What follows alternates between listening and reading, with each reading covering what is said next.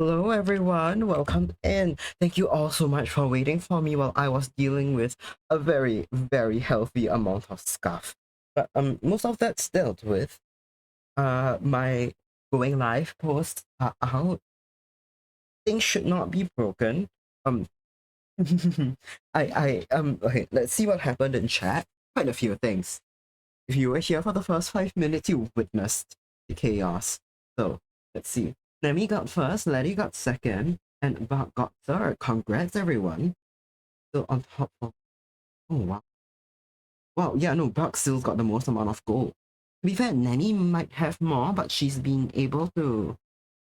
She redeemed a lot of her Lotus unit for drawings, so I can go and check the archives how much Nemi has in total. She just has spent a good chunk of it. Success for the auto shout out, just user and username. Okay.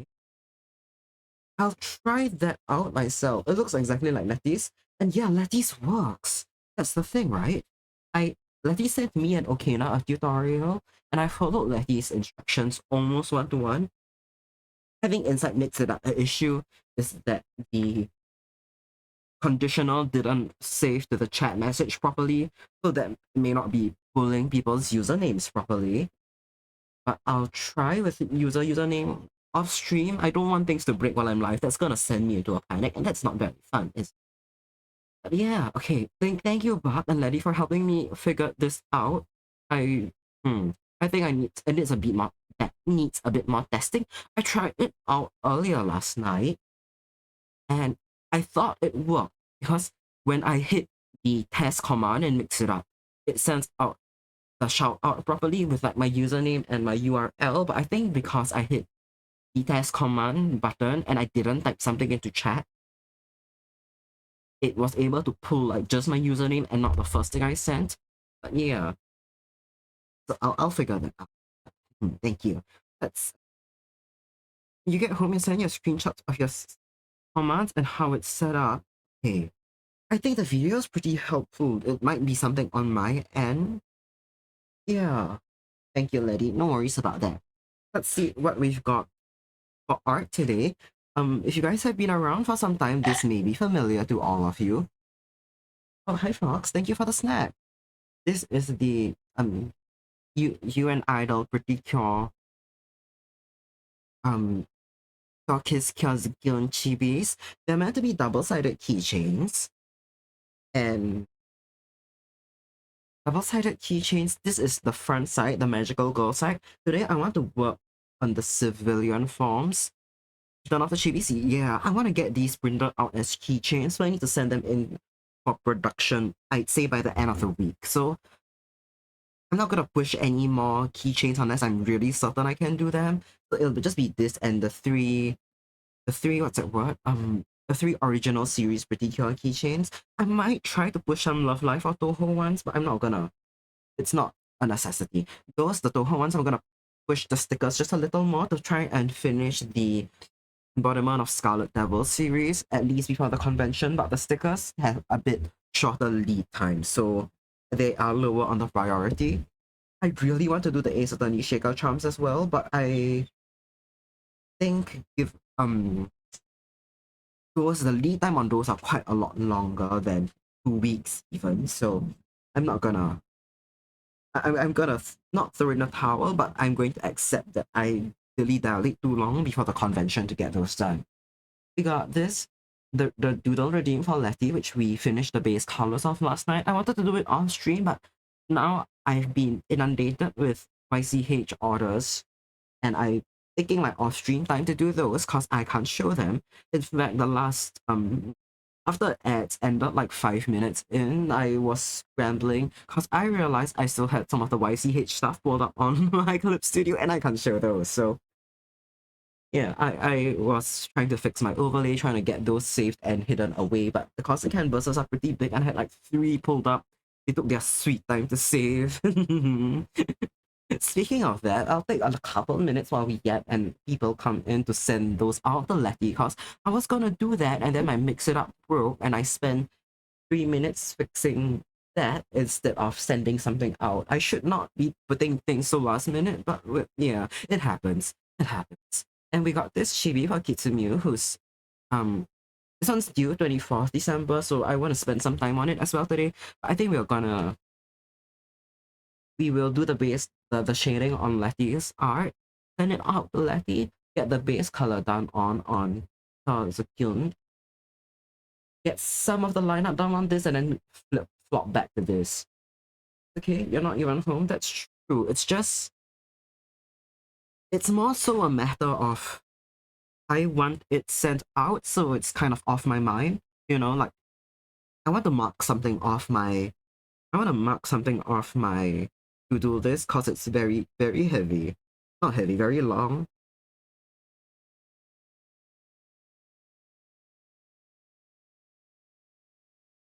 And I've lost track of certain things already. You guys can see this, it's really funny. I'm gonna send the link to my Trello board.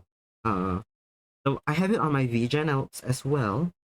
I find it really funny, like the orders that I have, so you guys can see what I'm working with real quick. Either way, I'm not too this week I'm mostly gonna be doing some grinding push things.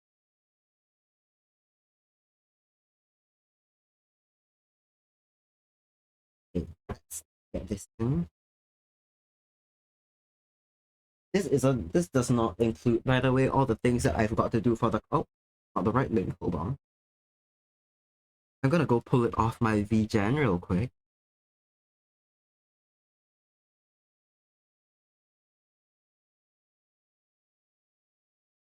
But yeah, it's not. So I'm gonna keep this week mostly for grinding stuff out. Forgive me if I'm a little lower energy, but I figured, and cause I'm gonna be spending the day drawing anyway, right? I'm gonna be spending the day drawing anyway if I'm not live. My tendency is to go lie down and take a nap for a solid like three. I'm not nap. To go lie down and let's be real, waste time for 3 hours. So if I'm live, I prevent that. I still end up curling up and sleeping for like an hour after stream or whatever the yeah. No. But okay.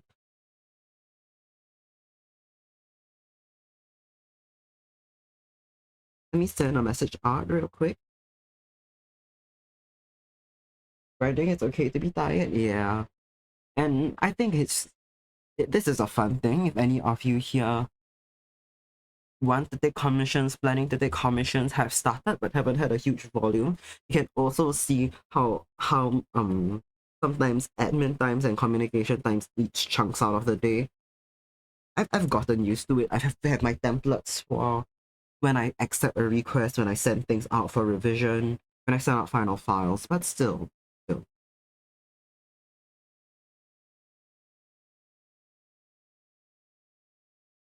Same thing with merchandise and print design. Same thing with those. Drawing the artwork is one thing, but preparing the images and files for what's that word? Being ready for print, that's another one. Yeah. I have so much, yeah. I'm not sure if I've bitten off more than I can chew, but at the same time, I do want to see how far I can push it, just for my own fun and enrichment, you know?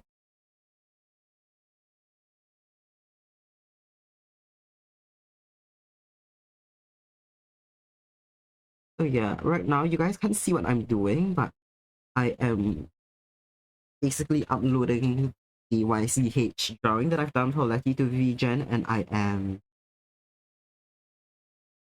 also making the version that goes up as a public showcase. So that's what I'm writing up.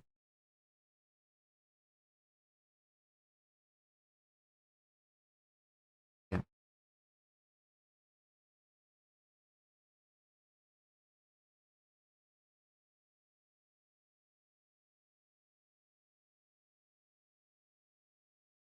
You guys won't see it. As I said, I can't show.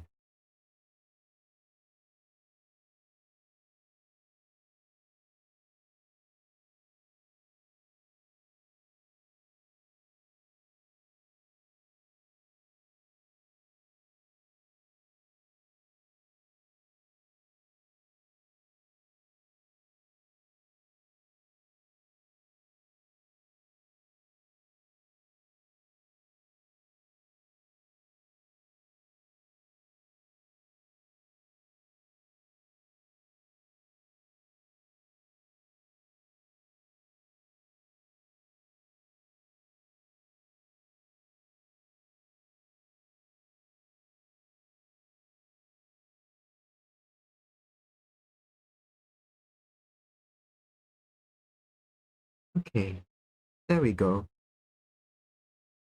You'll be taking credit of Vivi for Super.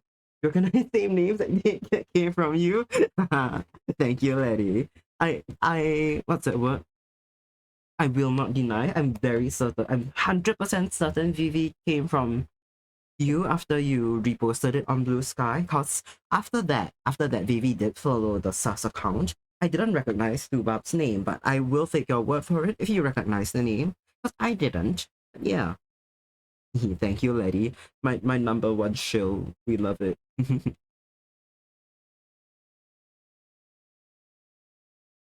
Okay. Okay. Yes. That bit of it is done. Let's get back to the art now, shouldn't we? Okay. 20 minutes in. Two bucks in your chat. I see. Yep, that's you, lady. I see. Guess I didn't recognize the name. Thank you, lady. Yeah, let's get to the art then. I should have one wholesale screen that not wholesale. What does that work? One whole screen that I can plop over my Clip Studio and lock into place when I am doing stuff that I can't show you guys. I know yesterday, was it Dragonfly? Dragon recommended a blur plug-in on OBS. I've been a little busy last night and this morning I didn't look into it yet, but I should. I should.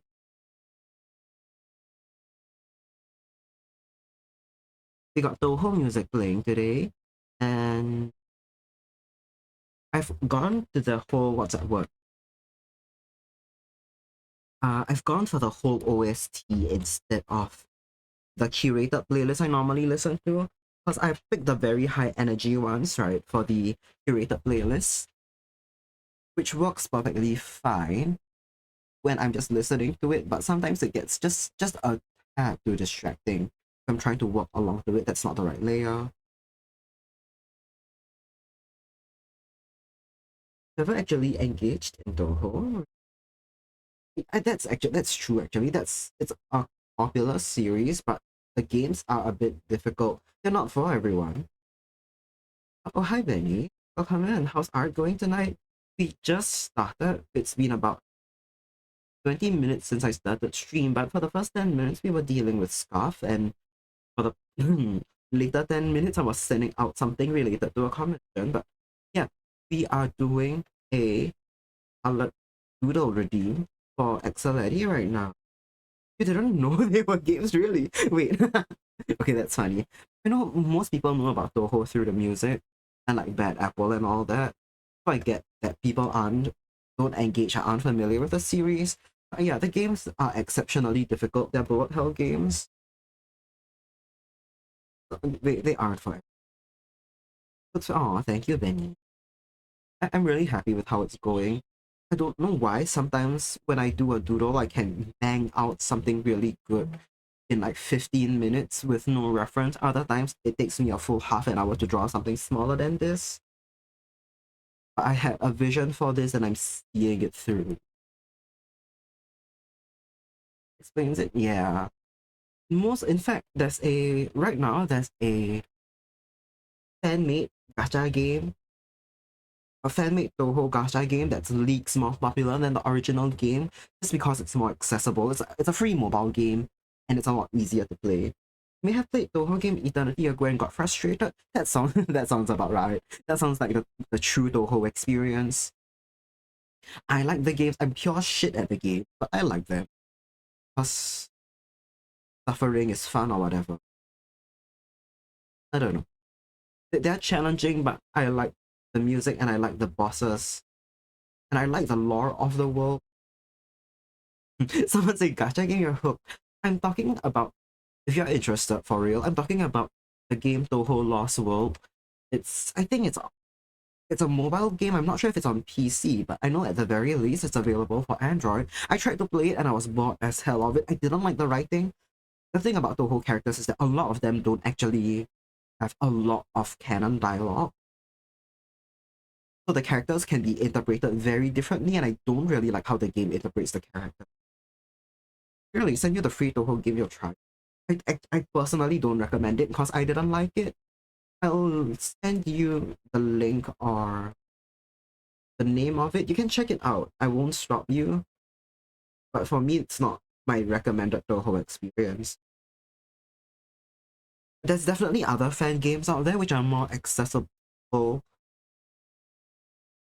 and I'd say a bit more enjoyable to play. Well, don't yeah. There's this one game called Mistia's Izakaya. It's like a bit like Diner Dash, in a sense. If that makes okay. It's a bit like Diner Dash where you play as a character in the game called Mistia, and she color letty drawings. Yes, we do. She paid Lotus unit for that. I forgot to redeem it from her account actually. I hear the slide whistle. Give me a minute to look over real quick. Oh, Lethari Faye, thank you for the follow. Indeed, we color letty drawing. She paid Lotus unit for that. We won't rob. We won't scam. Yeah, I like Mistia's Izakaya a lot more. It's like Diner Dash. And there's also a phase in the game where you can go around the world and collect ingredients, and I find it really cute. I might play it on stream one day, but maybe not. I when I play the game, I like open it up, play 2 rounds for like 15 minutes, 1 hour, then I'm happy and I close the game and I move on with my life. So it's probably not something I'll play for like a long stretch of time. But,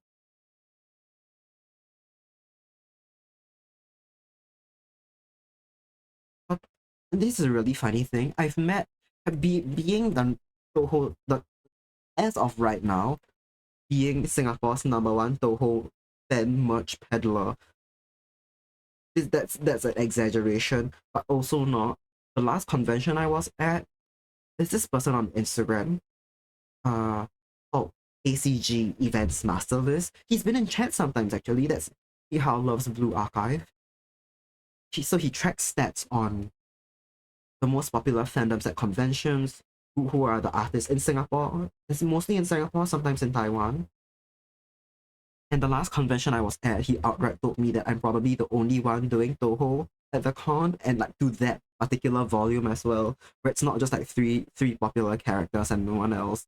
And I'm very proud of that fact, but I'm also very sad that no one else in Singapore chills Toho as hard as I do. Not chills, pedals Toho as hard as I do. There's this cosplay circle that I met at a dojima a couple years ago, but I don't think they're super active in the convention scene anymore because I haven't seen them around. And I also don't cosplay, so I haven't joined the circle.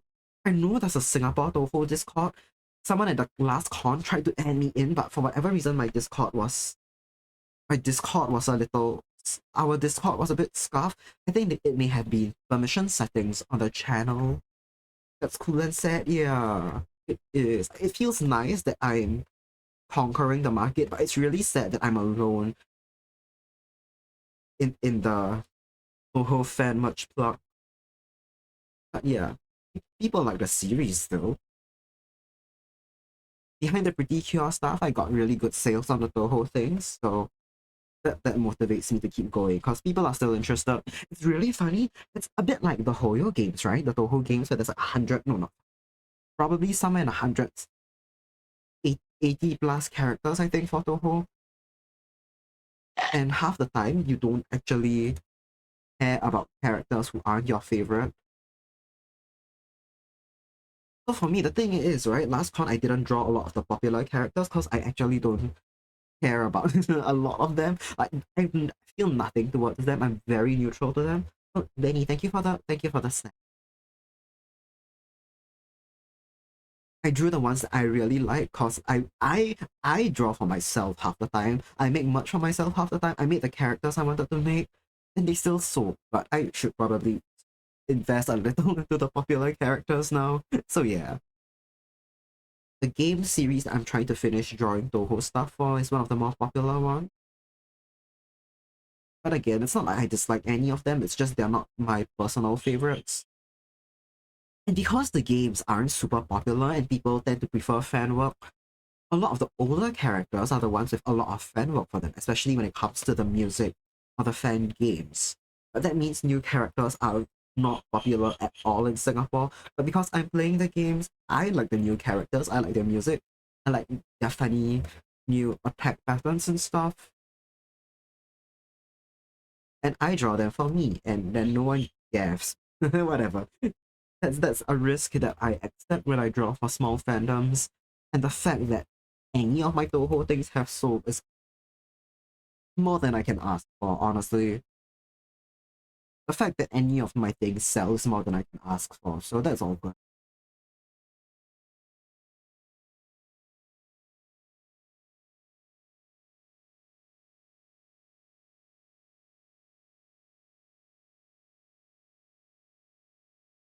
Oh, hi, Pen Pen. Um, how are you? Hmm. I was peak last night. I didn't get to stay for long. Did you guys win?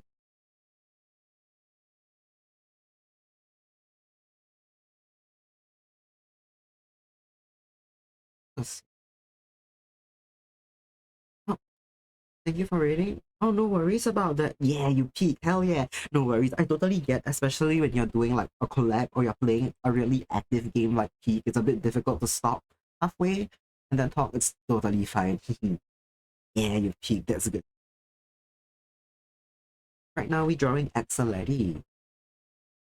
I keep accidentally shifting the color away from pink.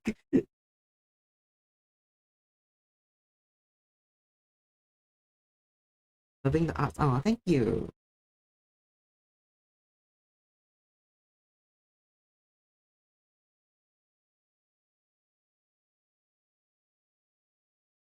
The cartoony style on this piece favorite.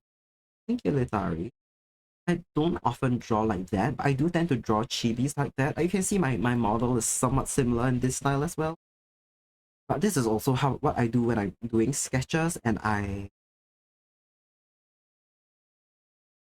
yeah, when I'm doing sketches and I manage to get a really good flow on them. I'm happy you like it though, because I do as well. And Letty likes it, and that's important. Because it's a piece for Letty. Was the sketch a redeem? Yes, indeed. It was the doodle redeem, but you can upgrade those, you can upgrade them with your check-ins and top three podium things. So Letty got it upgraded to a full body, and then I convinced her to add colors to it because I wanted to color it.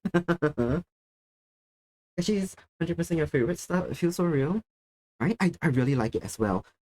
I not just I love very polished work as well, and it's always insane to observe detail, like people's attention to detail, how precise people can be with things like line art. I'll admit that I really like seeing very loose, expressive lines as well. So yeah, I'm happy doing both.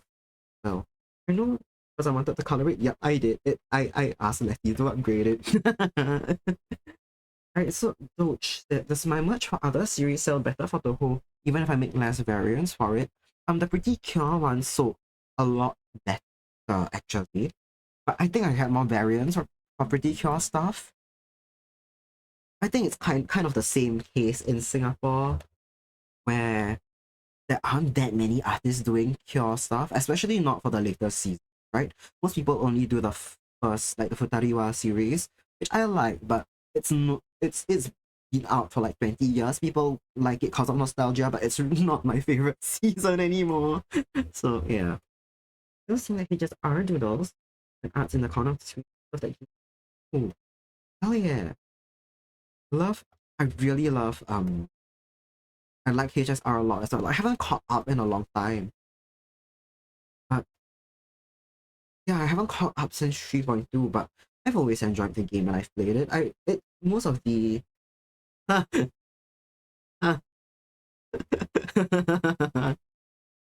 yeah, I see. You see the spicy weekend stuff.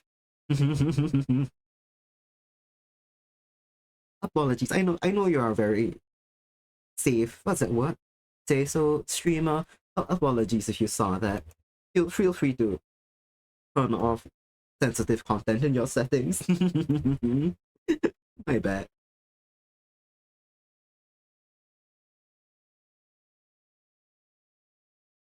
Thinking is playing MOC right now. Oh nice.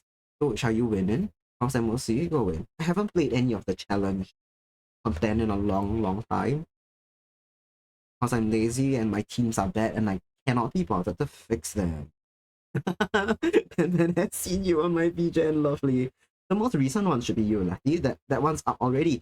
Don't check. Letty, I know you're at work. You don't need to check. Take my word for it. You've been uploaded in full. Haven't played any of the new planets, but you've opened the game for pulls for all your men.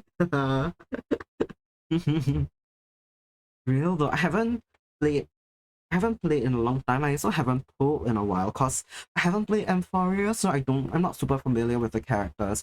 The last character I pulled for was Alexa, I think. Yeah. I can't remember anymore. And they tell Town doesn't have teams appropriate for it. Oh no, what's the gimmick for MOC this time round? Idea and Fireman? Hell yeah, government Yaoi, we love it.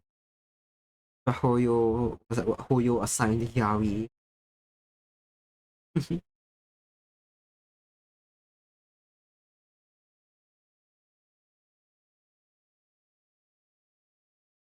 Huge fan of it.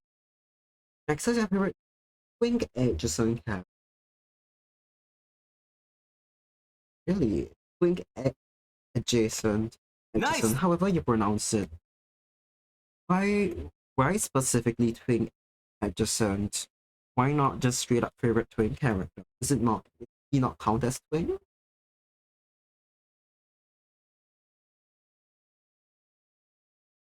One. Oh, it's really early. Good morning. How are you? How was your sleep? Hope you had a good. Your small. Oh, pen.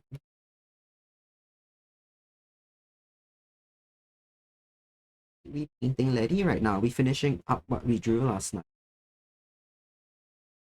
Work day, right? So you gotta be awake. That's true. That does happen.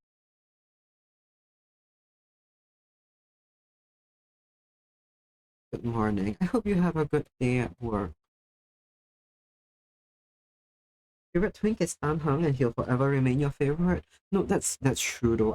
Oh my god, that's a day one HS, not day one, like week week two. I didn't play day one, but within month one. Yeah, month one HSR player, I still really like Tan Hung. He's he's so cute. Huge fan. No, Kokone. the day Honkai Star Rail adds me to the game, we'll talk about it again. We're talking about Star Rail twins. And two of you stop fighting in my chat. You'll never forgive March for not letting him kiss you in the intro. Man. Don't blame March. It's okay. Fan fiction and fan art exists. You can always imagine Tan Hong kissing you else outside of the context of the game's intro, you know? Letty, no. So you stop that.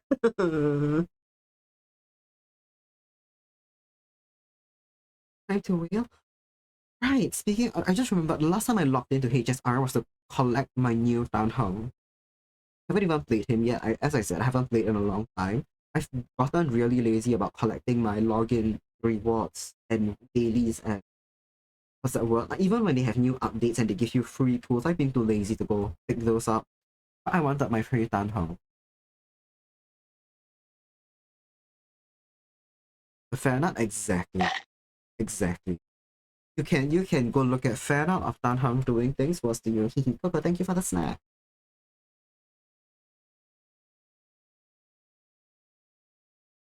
He's really cute. I really still like the Astral Express crew the most. Like out of all the factions and groups in the game, I still have a very soft spot for the whole Astral Express crew. And Stariel has proven itself happy to kill people off permanently. And I'm worried about that, cause I know in almost every other Honkai game Himiko has died. And I wouldn't put it past Stariel to do something to her, but I don't know. You've not touched Stariel in ages. Oh, you played Stariel? I did not know that about the Kokone I have in my mind barely plays gacha games, and I don't know why I got that impression, but oh. Oh, Pastry, hello. Thank you for the snack.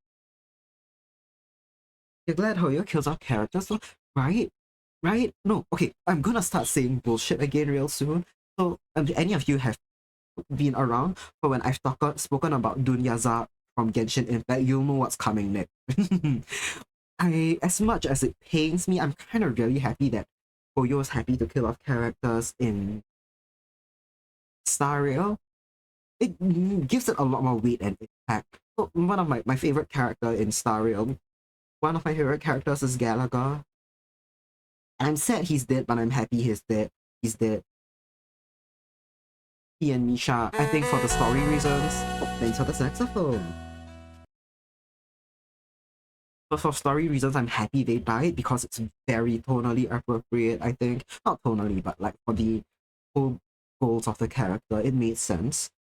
Dunyaza from Genshin should have died. Like, they acted like she died just for her not to have died, and like, bro, that's give me the emotional weight of it. Give me stakes in the story. You usually avoid gacha games because you'll get addicted by a friend. Show you a picture of Blade, of course. Of course it's Blade. Of course, Kokone, I don't see red flags Valpis got put into Blade. Got put in because of Blade. Yeah, you so well, you get it right. It's just like the stakes of the story and all that. And it's always a bit surprising that Ariel is willing to kill off like playable characters. But I mean, they I don't know if I haven't kept up with them for years. Getting attached to a character just for them to get deleted cause the feelings really hit. Yeah, the weight of it all. I haven't played Amphorius. I think people die in that, but I can't say for sure. Hope everyone's well. Yeah, I hope you are doing well, Pete. Hope you guys are having a good day. Not just Blade, the woman with the guitar, Runway. Oh my god, it's confirmed Kokone just likes Chinese people. Like, Runway, Blade, all Chinese. It's all Chinese. You should, if you ever get back into Star Rail, you should just play the game with the Chinese dub because the Chinese voice acting is really good. Chinese attracted, right? But what's the word? It's sinosexual or whatever the hell. That's not a real word. I've just said bullshit, but hey, I think we're done with the Letty piece. I'm gonna add more highlights to your eye. I'm gonna send off this. I'm gonna send this piece to you, and then I'll upload the watermark version sometime after. The Chinese game, it's not your fault. But there are non-Chinese characters though. You've just chosen two Chinese characters. Dragon Twink is Chinese! Dragon Twink, that's Dan Heng, also Chinese! Don't know any spoilers about M4 because you haven't played a single quest, but you heard the main story in that world finish, so it's time to lock in. Oh. I didn't know they were done with that story quest. I know they said it was gonna go on for a long time. I guess it's already finished. Nice. Should play. I really should play. I should really play Amphorius, but like I've been lazy. Oh, that's not the right.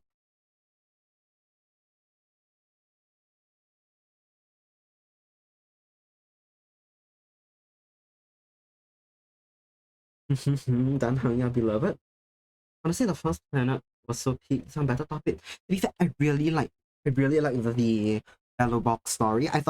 Yeah, I thought it was short, but the idea of preservation and I don't know the themes in Belobog, they were very very solid. I thought they were extremely well explored and well executed, and I think it's like length, its shortness, the mining planet, yeah, that one. I think like the shortness of the Belobog quest was a really strong suit as well, because then the writers had to be a lot tighter with it. Lawful was fine. I think the background lore of the lawful was a lot stronger than the actual lore, which is a shame, but yeah. Story is Belmont was really good as an intro for the game, right? I I think I think Star Rail owes a lot of its popularity to the sheer strength of Belobog. Because that was the first quest everyone was introduced to, and the characters were very compelling. And I think it did an extremely good job of like making Star Rail feel like a game with stakes and and a very rich world. I don't know if that makes any sense, but I was pulled in, I was sold into the world of Star Rail from Belobog alone. Yeah. And I lost a lot of attention midway through the lawful, especially because I think 1 point something, like the 1.1, 1.2 didn't fit continue the lawful story quest, and by the time the Tanheng stuff came about, I locked in just to pull for him, and then I didn't finish playing the story quest until like Anakani was about to drop. Trying to play into an established universe, sectioning off by planets is also a great idea. I think so. It gives it a very like episodic feel in a way. Like you can really, really, really do some unique bullshit with each region, but then have the overarching lore of the Aeon still connected, and it gives it that whole like feeling. It makes it feel like the world is it's a bit like I haven't watched Star Wars, but the way people talk about Star Wars and how like the different planets are their own unique thing, but then you can see how things like let's say what was it, the Empire affects life in the different planets in different ways. You can kind of see that difference. It feels very similar in Stario, where every planet's unique, but the Aeon lore and stuff is still kind of consistent. The biggest issue you mentioned is just like the regions in the same world are so isolated. It does. Oh my god, have you guys watched there's this channel on YouTube called Virevity. I think that's how you pronounce it. They they like to analyze like paths and maps in Genshin and like how the world is built, right? So like lampposts, walking paths, things like that. And they're talking about how it's really weird that what by right should be the biggest trade routes between Mondstadt and Liyue are like extremely derelict and broken paths. And like either give us the port in Mondstadt soon or you just assume that these two neighboring regions just don't trade. But yeah, it something that I didn't like about the world building of Natlan, right? So I haven't finished playing Natlan yet, so I can't speak to the story. Throughout the first 5 regions in Genshin, you didn't meet anyone from Natlan, and that gave everyone the impression that it was a very closed off area, right? So even Inazuma, even in Liyue, you found people from Inazuma, even though it was like straight up under lockdown and stuff. And you're like, oh wow, so if you don't meet any NPCs from Natlan, that must mean it's a very closed off region. And then you go there and it's a tourism hub and you haven't even met people who've gone there and like come back. You haven't met anyone who's gone hold on. Me, I'm sending. I've messed something up. Give me 1 second. Storyline of Nathan has changed a lot through the years. Unfortunately, that's probably the case. I'm quite sure that's the case. Yeah, it's quite upsetting that then there's no explanation for why you don't even meet anyone who's gone there and come back as a tourist, and it claims to be a tourism hub. I don't know. It sucks in that aspect. Last time an Archon and Genshin felt like a god was Raiden Shogun in your opinion. Hmm. I want to disagree with that, but I think that fundamentally comes from what people imagine and expect of gods. Inazuma was peak to you, really? Because I didn't enjoy it. I didn't enjoy Inazuma a lot. I think people here can vouch. I feel extremely neutral towards Raiden Shogun. I didn't like the way Inazuma was executed. Like, it was a very, very political story. I thought Inazuma was a very political story, but it set up its resolution to be an emotional resolution between Yae and Shogun, and I hated that so much. And that killed any interest I had in either character because I was so annoyed with how poorly executed that aspect was. I can get why people enjoy it. I think the vibes of Inazuma and like the world design, right, of Inazuma is beautiful. And the in fact, I like the side islands more. I like the one with the Thunderbird so much. Like the Thunderbird, that story, I mean, it dragged on a little bit, but the way it made you sit through and realize what the hell was going on hit me like a truck. Transition was bad, you'll be honest. Okay, yeah, that's the main issue I had with Inazuma. I think most of the rest of it I've forgotten. But I think the strange thing is, the more I hear people talk about Inazuma and the characters, I feel like that's where they tried to push the concept of eternity. And I think that's okay. Something else I really didn't like was how shallow the concept of eternity felt in Inazuma. That was like the main drive for the Shogun to do everything, right? But I feel like it just wasn't very well explored. The way say something like freedom, I don't know, not freedom. Let's go back to Bellobog. I think Bellobog, again, the preservation, they I think really developed that one central theme well, but Inazuma did not develop the idea of eternity well. And then people were talking about how Yoimiya is such an insane representation of it, right? Because fireworks come and go in an instant. Yet that scene, okay, the scene where she's flying with the traveler and stuff, it's so memorable. That feels eternal. It's such like a contradiction, yet that is so well executed. Something like that. I would have liked a bit more of that in pretty much all of Genshin stories. The reason why I really like Sumeru and Fontaine is I think they touched on wisdom and justice respectively very nicely. You can say that bits of them dragged on like a bitch, right? I will admit the Sub-Zero's festival and the prison in Fontaine, those dragged on like a bitch, killed on a lot of momentum. But what the prison adds about, like, I don't know, as a concept, like, I think they touched on wisdom and justice very well. Sorry that I'm not drawing right now. Axolotl, you're about to receive 2 drawings. And I got so distracted yapping that I forgot to hit send, and I've just been staring at Discord. That's all good. Let's get back to the art. Letty, thank you for the redeem. I will get to Kokone's redeem maybe later in the day, potentially. I know Kokone redeemed a duel from me yesterday, or with a sword, probably Minecraft sword. We'll get to that. So no worries about that. I have been yapping hard about games you don't play. So I understand. Genshin Top lost you? Yeah, I expected that. Yeah, but I think okay. Okay, that's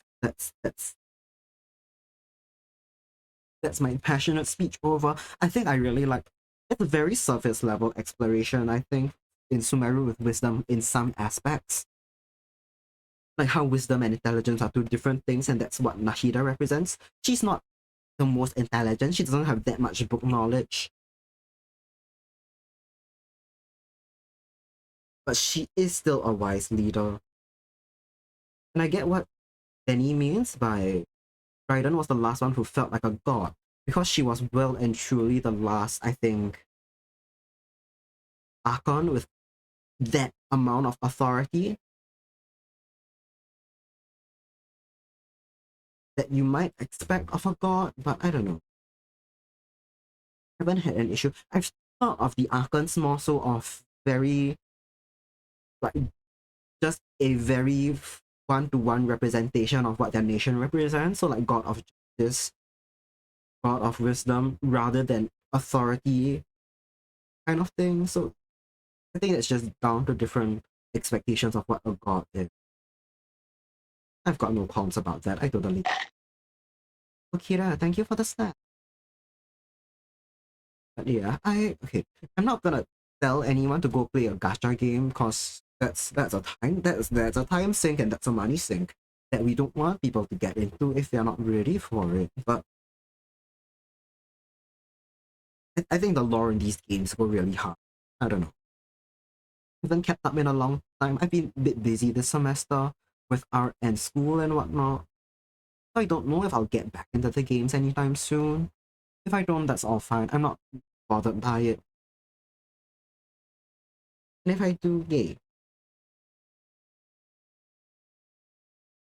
Genuinely cannot play those games by yourself? Yeah, and yeah, I totally get it. If you like gambling, there are huge risks. If you watch and not retain long videos, no, I totally get it. I love watching log videos for games I don't play. Okay, you guys are gonna learn a bit about me right now. When I was young, one of my favorite YouTube channels was Game Theory, and I was at an age and a point in my life where my parents wouldn't buy me video games and I had no money to buy games. So I basically just kept watching log videos on games I never have and never would play. I so get it. Better ways to spend time than gachaing too much. Exactly. To be fair, those games, they offer you like a lot. How do I say it? There's a lot more to the games than just gacha. I think you can very solidly get through the main content of every single Hoyo game without ever gachaing. And you can still enjoy the story, the exploration, and the character interactions. But if you have an addictive personality to begin with, yeah, it's fine to stay away. I don't think I'm missing like that much. They're extremely good games as like free experiences, and story moments hit hard, but yeah, you're not going to miss that much. It's fine. Stop playing gacha games and going outside. Exactly. Last thing you did was a Thunderbird questline. Nice. That's a really good. I really enjoy it. So it can get bad if it overwhelms. Yeah.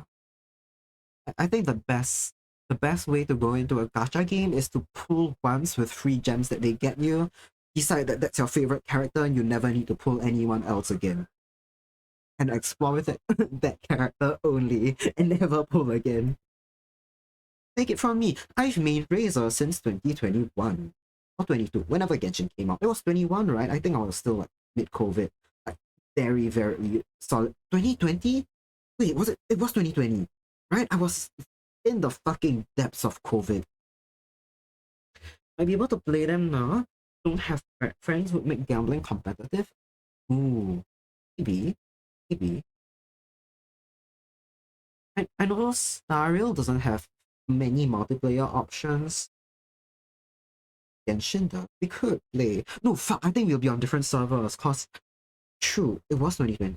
So even if I wanted to play with Letty, we'll be on different servers, cause I made my account in Asia server. Directly main, that was great. I remember Nemi talking about that. Having played so long ago that her main was Klee. That's so cute.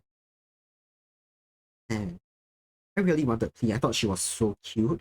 And back then, her trailer was like phenomenal for Genshin trailers.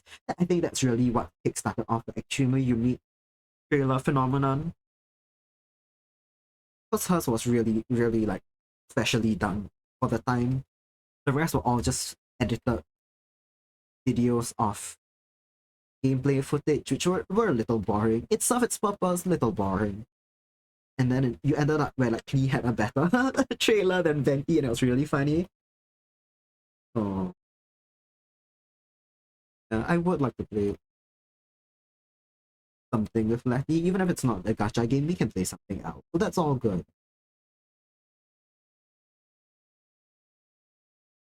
Yeah. I have a friend. This is really funny. I had a friend, Singaporean friend, create a Genshin server in the America server because an online friend convinced her to start playing Genshin.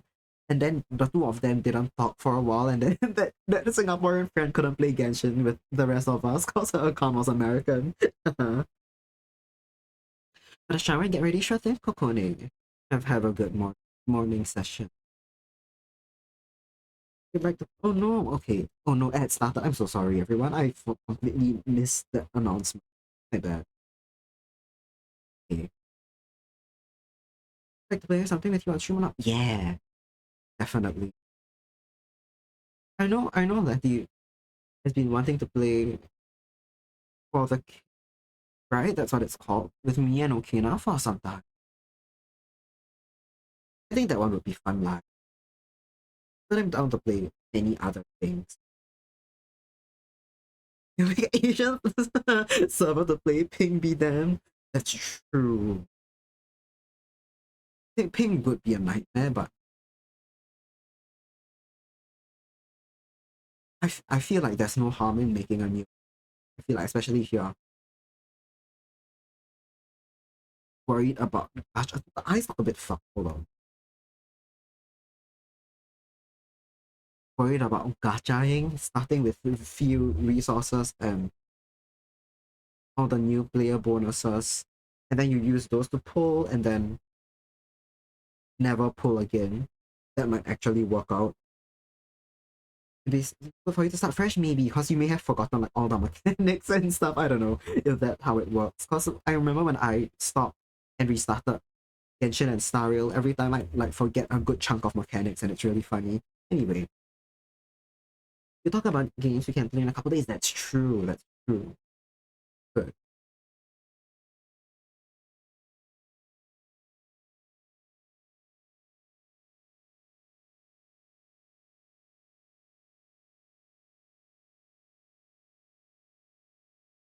I need to zoom. I think I've gotten lost in this with this eye.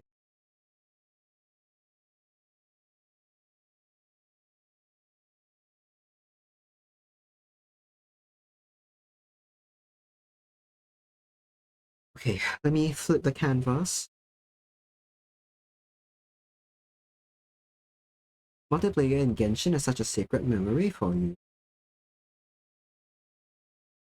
Why so? I never really did a lot of Genshin multiplayer, so I don't have that many memories of it. But to be fair, most of the memes that I've seen come out of like Genshin stuff, the user created memes are all related to like multiplayer bullshit. It's just fun with friends. I see. That's sweet.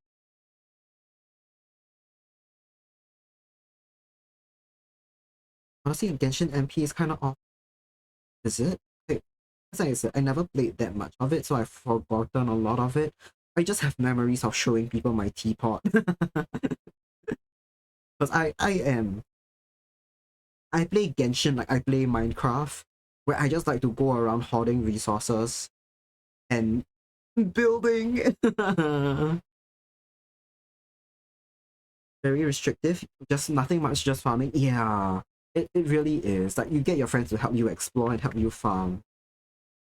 Fluffy netcode? Yeah. Yep, you can farm together, that's it. That sounds about right. I think that's why I never really did it, because I'm not a big fan of farming. And then I like when I'm farming, I also like to get distracted and go pick flowers and mine ores. And in multiplayer, sometimes people get mad, especially if you match with a stranger, so I never bothered. Genshin for the story? Yeah, mostly. I also really like the exploration, but I like feeling alone in the world. I think I've spoken about it. I think I've spoken about that before.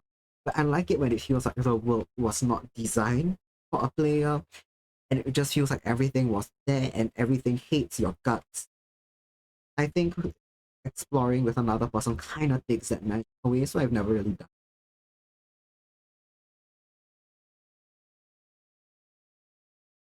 initially got into Genshin to explore. Initially. Yeah, I what's that word? I got into it before I heard a lot of the hype on it. But not like the player hype, but I saw a lot of ads for it and the gameplay genuinely looked so good for a mobile game. I pre what's that word? Pre-registered. Now, oh hi Vivi, thank you for the snack. I pre-registered for Genshin and we're talking about Genshin right now. Yeah. Pre-registered for it. I just like the way the gameplay looked. They showed pictures of like the hang glide, not hang glide, wing gliding, whatever it is. And because I never played Breath of the Wild, I didn't watch anyone play it, I didn't know those mechanics were like really similar. Back in the day, people were calling it a Breath of the Wild clone. And I think it's been able to stand on its own two legs for long enough for people to stop saying that. But yeah, it looked really fun, so that's why I started playing it. I didn't even think that'd be such a big like open world to it, and then I got hooked. You used to play a bit of Genshin. Nice. Very curious. When was that? Like when was your used to? Was first at a glance, but it's not anymore. Yeah, it was 100%. Gacha and anime girls back then. But again, I think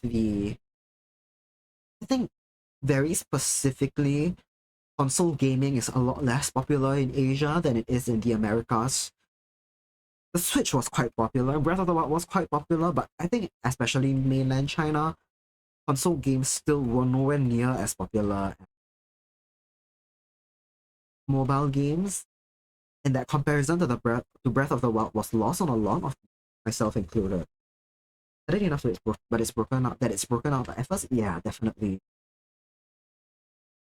Because I was playing Genshin for for a month or two before I heard anyone compare it to Breath of the Wild, and I think I was just in an environment where like most people didn't play console games, so we did not even know what the hell Breath of the Wild was about. I mean, yeah, unless you watch gameplay about it, but few of us did.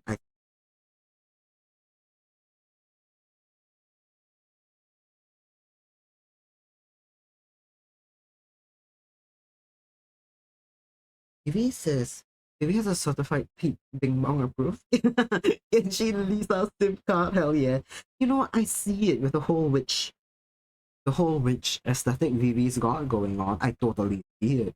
I get why that's your number one. Got through Fontaine and stopped at part of Netland. No reason you couldn't get through that part of the story. The grind was a bit much. No, I totally get it, because that's where I've stopped. I was a day one Genshin player. I was a day one Genshin player, and then I stopped playing at Netland because I got bored. And I've just been a bit too busy to pick it back up, but I totally get it.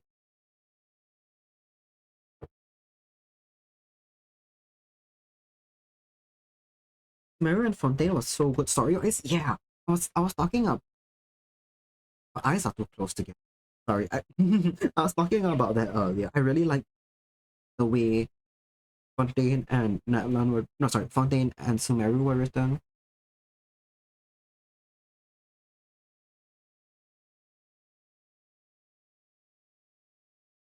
Too busy to play Genshin and you think to entertain Final Fantasy 14.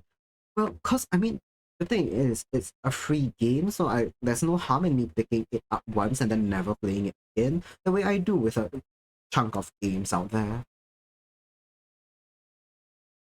Especially free games. There are a lot of like mobile games that I downloaded once and I've just never picked up again.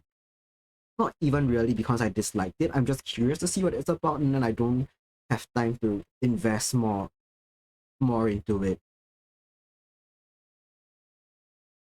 FF14 pretty good. That's what Nemi and Kokoni keep trying to tell me, and that's what Letty doesn't want to hear. But she doesn't want me to be busy with more things.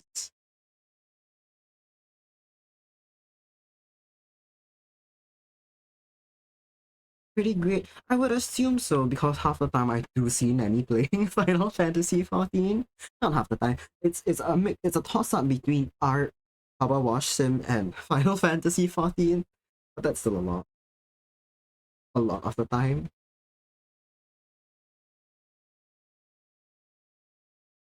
all the fucking players you need just do free advertising, right? No, because some ad read for the game got turned into a copy pasta and everyone likes to say out loud.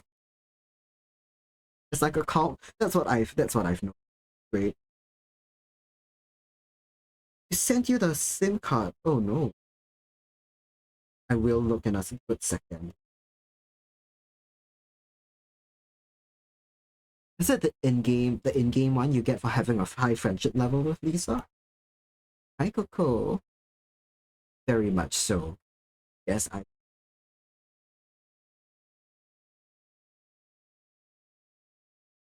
Oh right. Also Elite Dangerous, right. I completely that's slipped my mind. That's one of four things that I see Nanny do the most often.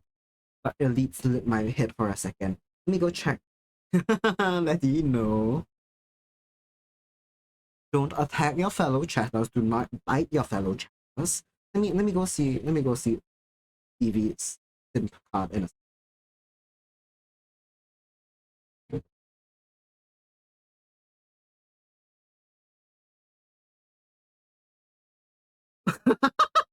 Oh, it's so good. Do you mind if I show it on screen? Lisa, what's your mean? You did so much grinding to max out her build. Hell fucking yeah. Hell yeah. Please do. Guys, you need to see this. You don't mind that your ID's in it, right? Your I'm assuming your Genshin ID. I know people mind that. If you do, I will hide my screen, block it out before I share it. If you're alright, then put it up wholesale. ABC always be biting Kokone. Always be chomping. It's just a silly number. Oh, good God, you're right, and I didn't even notice. That's on me. Okay. Yep, that's on me for not noticing. Make the card yourself with MS Paint. I figured. Okay.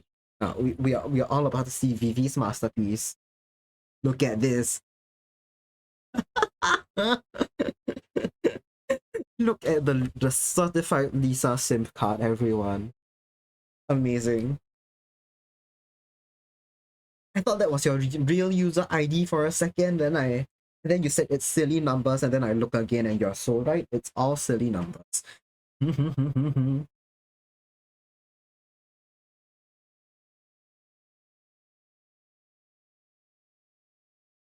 Oh, the official card? Indeed. Your homemade, lovely, really good work. Exactly. Exactly. Insane work. It is. It's really good. Date issued now, expires no. I, expires no is a fucking banger line. Thank you for sharing, Vivi. Love this. Huge fan.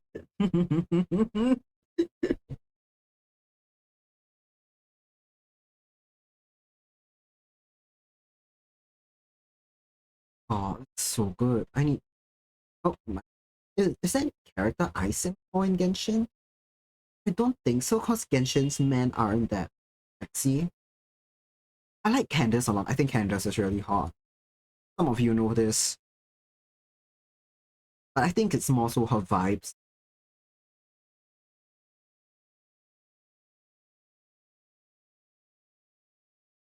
Risley. Yep, no, Risley. I forgot. Yep, he exists. It's the closest thing we have to a DILF in Genshin. I just know it's one of the lines you're most proud of, and you better be, because it's so good. Actual banger of a line.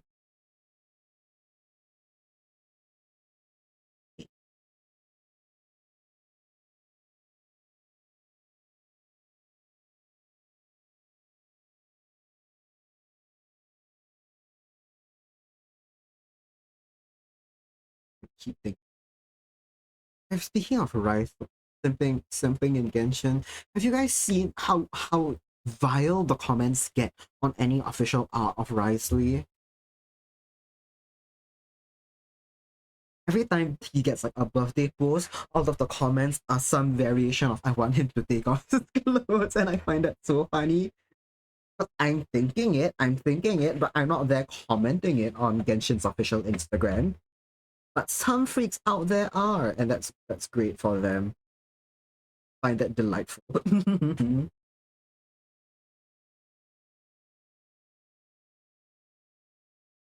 God, what else? You know,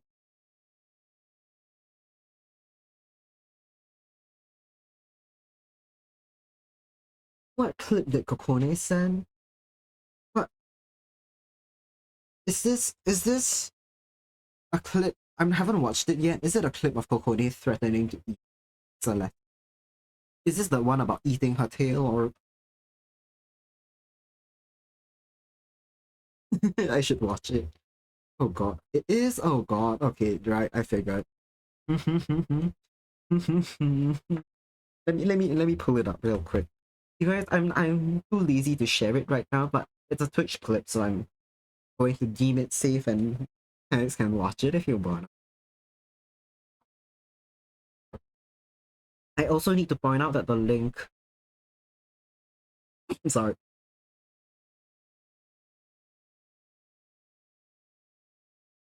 Yep, it's about eating her.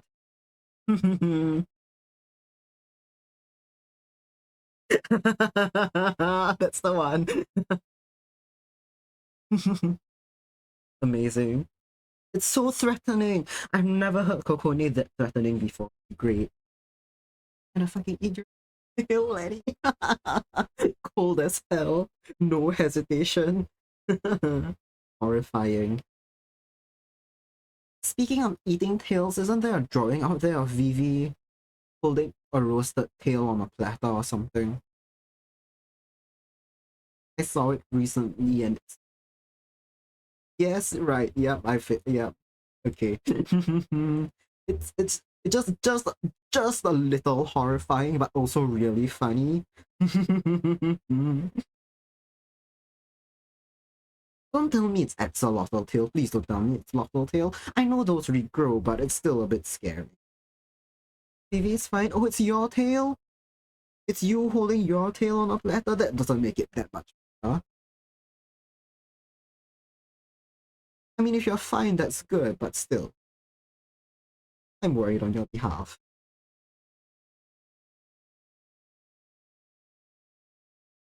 Coco hardly shows up in your chat. Right, see how mean you can be. Oh, this is really funny. I think it happened like last week or something. There was one bit of time where I was in Letty's chat, and then I stepped out for 5 minutes. I think like let's say to like wash my dishes or whatever the hell, and then I came back in, and in the 5 minutes I'd gone, Kokone had come and went, and I have no idea what happened. But it did seem like you guys had a little squabble in Letty's chat. After this, you're just here to finish it. That's what you said. That's what you said.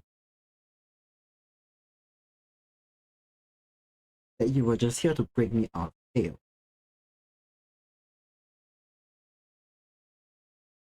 And a lot of stuff.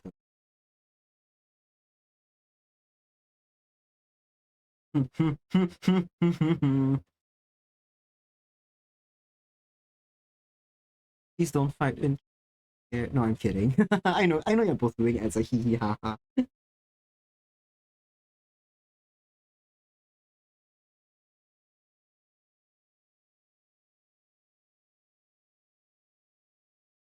It is fun. It's funny.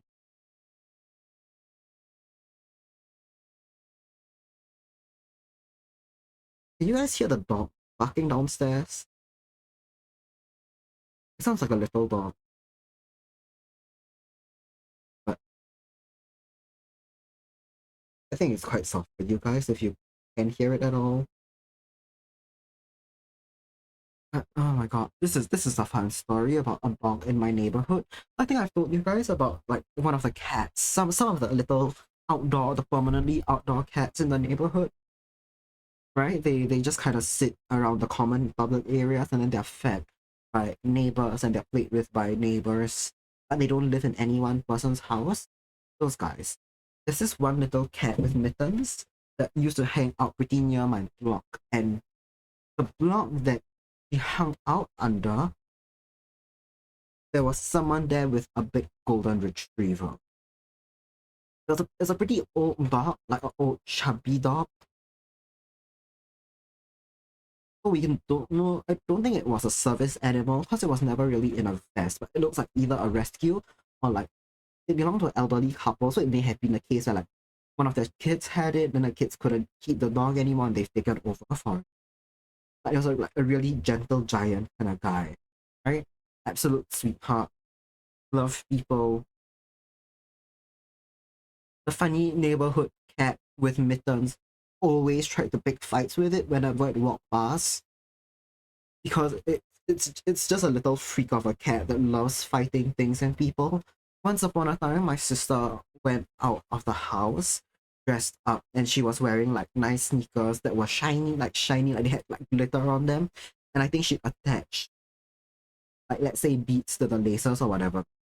And she was walking past the block. The little cat it started pouncing on her legs and like grabbing at the shoelaces and the beads, thinking it was a toy because it's shiny. It's shiny and like the beads were clinking together and it felt like a cat to it and it just started attacking her feet. And then the more she tried to run away from it, the more it ran after her because it was like you know like when you take a piece of string and you wiggle it in front of a cat and they think it's like a snake or something and then they start pouncing and then the more like vigorously you shake the string, the harder it goes to pounce on it. Same thing, and my sister's trying to run away from that cat, and I was like, hell yeah, let's play catch.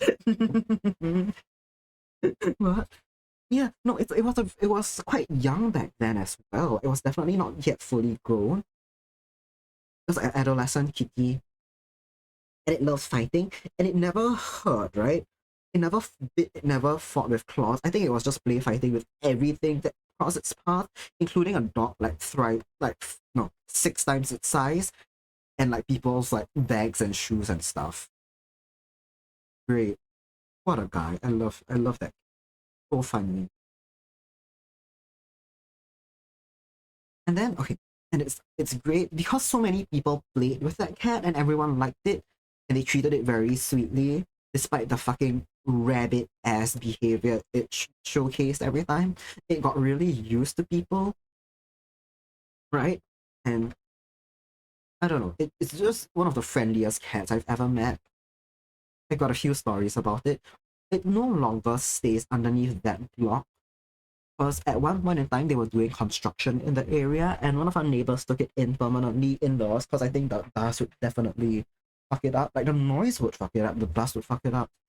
So it's now a permanently indoor cat. There's a Facebook group, by the way, for the neighborhood that talks about all the cats that live outside. Basically, there's a bunch of them every like few blocks. I'm not in it, my mom is, and then she'll give me updates on the cats, and she'll be like, "Oh yeah, oh the little mitten cat from this block has been taken in by one of the neighbors. It's all good. It's been taken to the vet to make sure it's not like fucked up because of the construction and the dust." Oh yeah, really cute. That same cat, as I was saying, it liked to play with people and things and fight anything that crossed its path. Once I saw a cleaner in the neighborhood sweeping leaves up and he had a I don't know if you guys have seen it. It's a very traditionally no Kokone. Don't call her that. That's mean.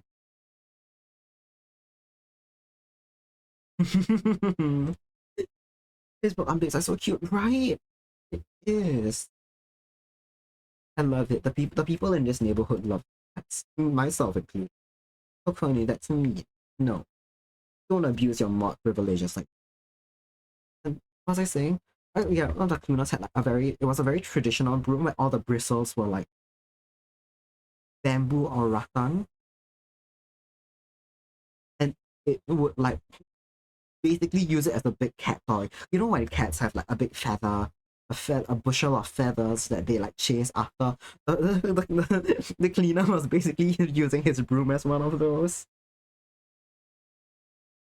Really cute. I love I.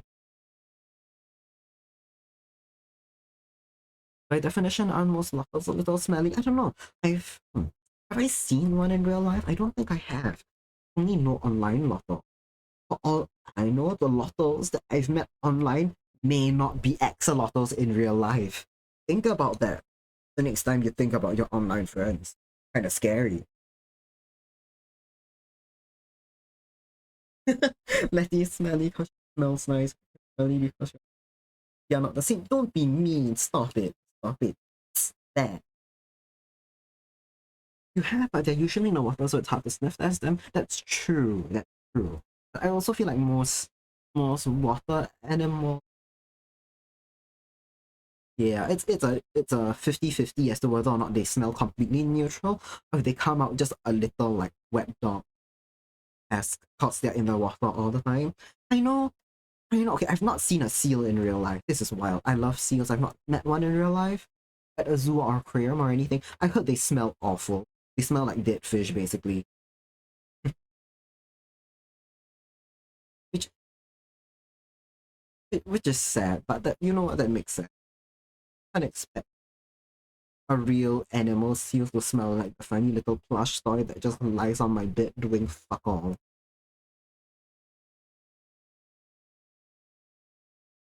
Right? You're not the same, you're a true gamer. A true real gamers smell awful. The real gamers smell awful. Real gamers don't know what deodorant is. Oh yeah. I can see seals on the beach near the forest. I can near your forest, I'm assuming, because I know sure as hell they're not beating on Singapore's streets.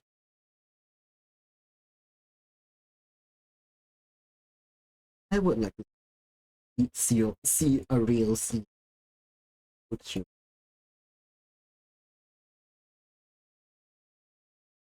I know seals have been popular on social media recently, the way capybaras were a while ago, but I've had that little seal toy since I was a child, and I've been insane about seals for forever.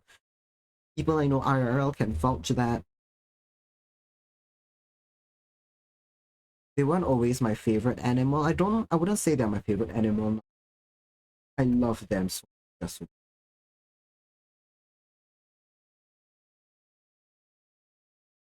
but you just shower, you smell like water, like jasmine. I will not argue against that. I doubt your fur is actually stinky. I'm quite sure Letty's just fighting you for the sake of fighting.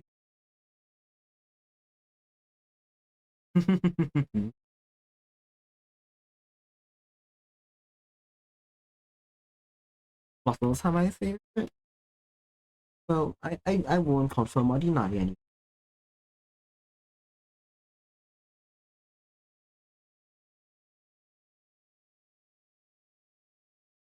I think I can like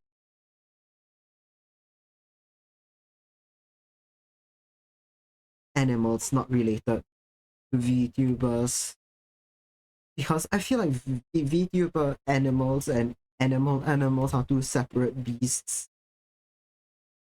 Most VTubers are more human than the animals they represent. I like it when an animal has no fucking thoughts in their head and they're all dumb as all hell, and most VTubers don't fall into that.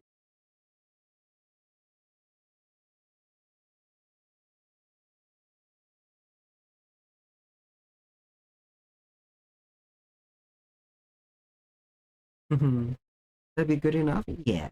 You're not even an animal, that's true. You're not even full lotto. You're just a lotto like monster in your own words.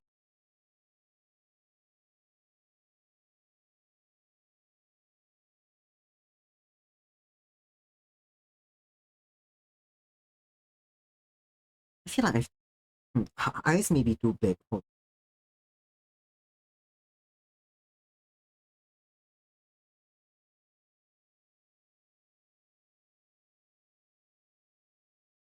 slowly rebranding all your bios to say it's a lotto like creature slash monster. Yeah, that's what you were. Not even a lotto, just a lotto like.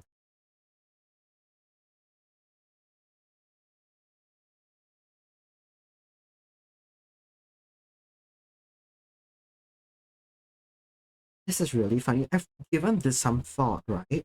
I've given this some thought about what animal would represent me, but I don't think I have one. Not a good answer, and no one real animal to represent me.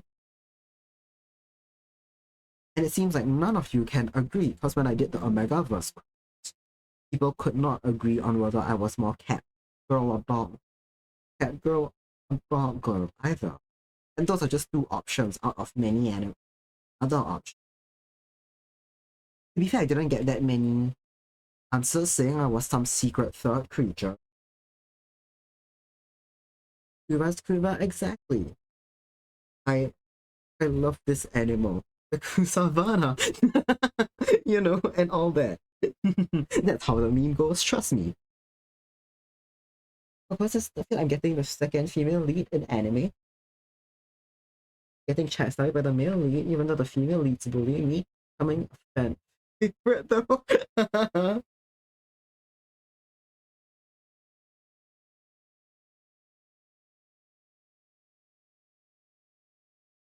This is really funny. Is that how you feel about the situation, Capone?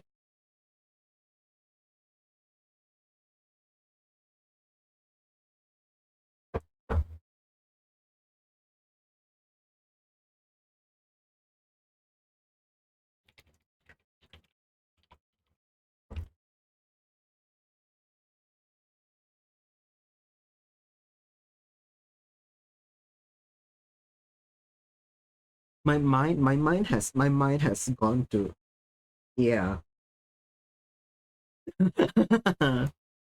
Well, like,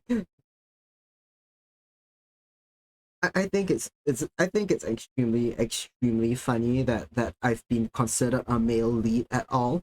I'm really only the lead because I'm the one in charge of this stream. In many other aspects, I am completely unremarkable, and I find that really funny that that's how Kokone has conceptualized the situation.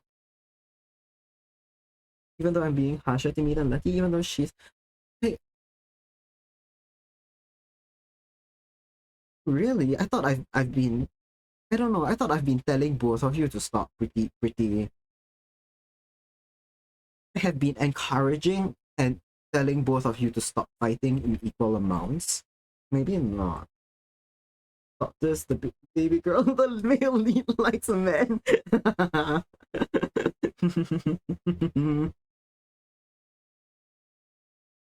It sounds about right though. Sounds about right. Don't say that that's mean, but that's that sounds about right to me. Not exclusively, but not exclusively. I do like men.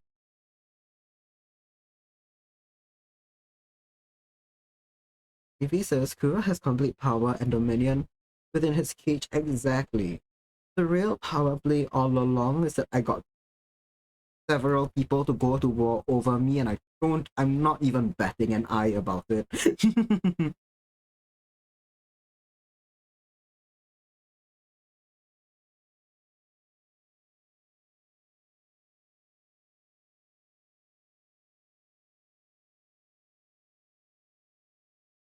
But these don't say that you're awesome.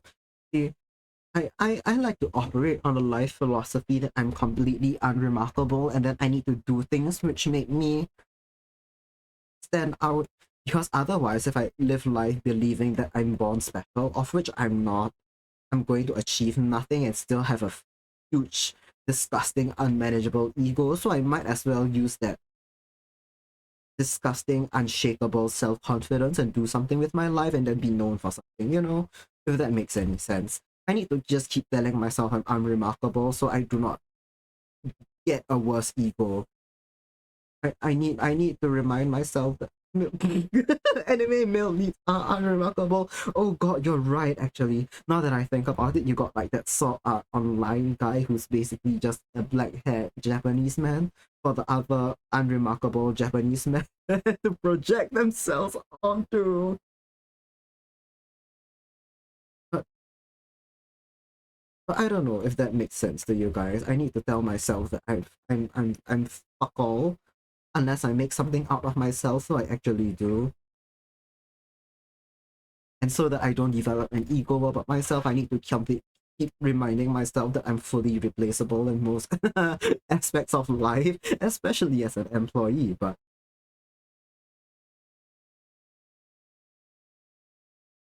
and she was a wet lettuce and a fuck. Fight an alien princess simping for him. Ooh, what anime is that from? Oh, let's active in chat. Gonna hop onto a call with okay, not sure thing, lady. Hope you do have a good time. At work, that's kind of funny. Yeah. Say hi to Akina for me. I can't call right now because I am live. I've not seen Tenchi Muyo. Okay, I haven't seen most. I haven't seen most. That's not a surprise. I haven't even heard about it. That's what do you think about that? I've not even heard about that.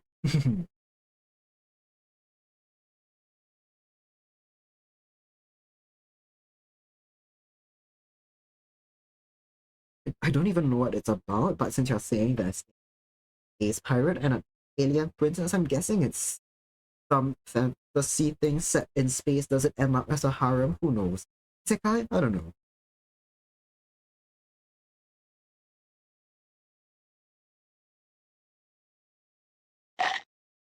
Sami was like, oh hi Okina, thanks for the snack.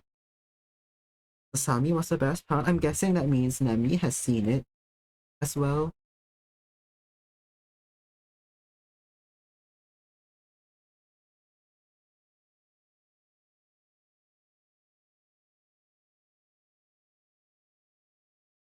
Harem anime, the harem anime along with Love Hina, I see.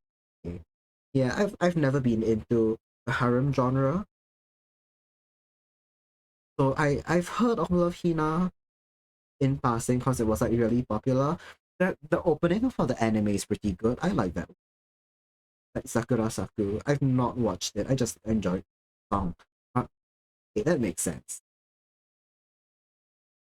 As to why I haven't heard about. I think it's really funny. I think people online have pointed this out. I think it's really funny when there are like when people are anime fans and then they watch animes in like 50 billion genres just because it's like a like defining anime for like the genre, even if it's a genre they're not normally into, just because they're an anime fan. Not that there's anything wrong with it. Expanding your horizons is always great, but it's truly like saying I'm a TV show fan and then watching things in 50 different genres, which people do, right? People definitely do, but I just like it. I enjoy it when people are a fan of the medium specifically, and they stick to their guns.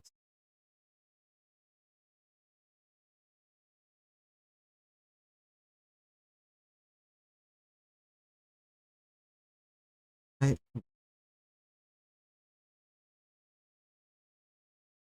Ryuko's- I'm assuming right now Nemi and Coco are fighting over who they believe is the real princess of the harem or whatever. I don't know. Real or prince. As I said, I've not watched. Oh, it probably not gay, but it could be gay.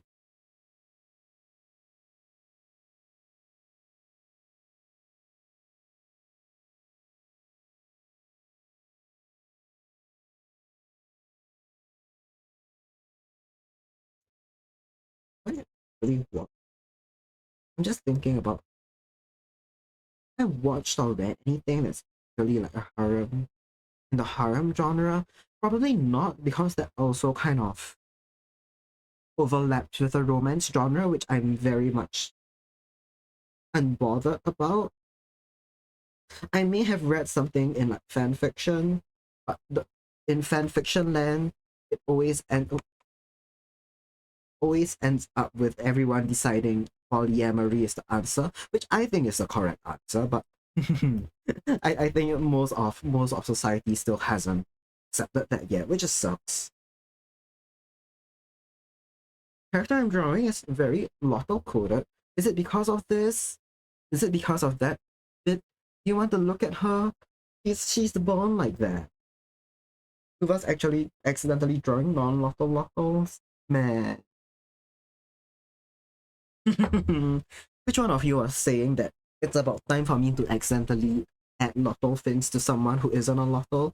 I think it was either Letty or Rokina as well, saying it was about time, because I think it was Letty.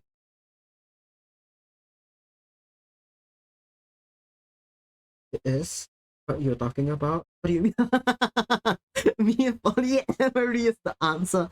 No, I'm talking about, okay, so Kokone and Nemi were talking, okay, mostly Kokone was talking about harem anime, and I was just thinking that I've never actually watched one because it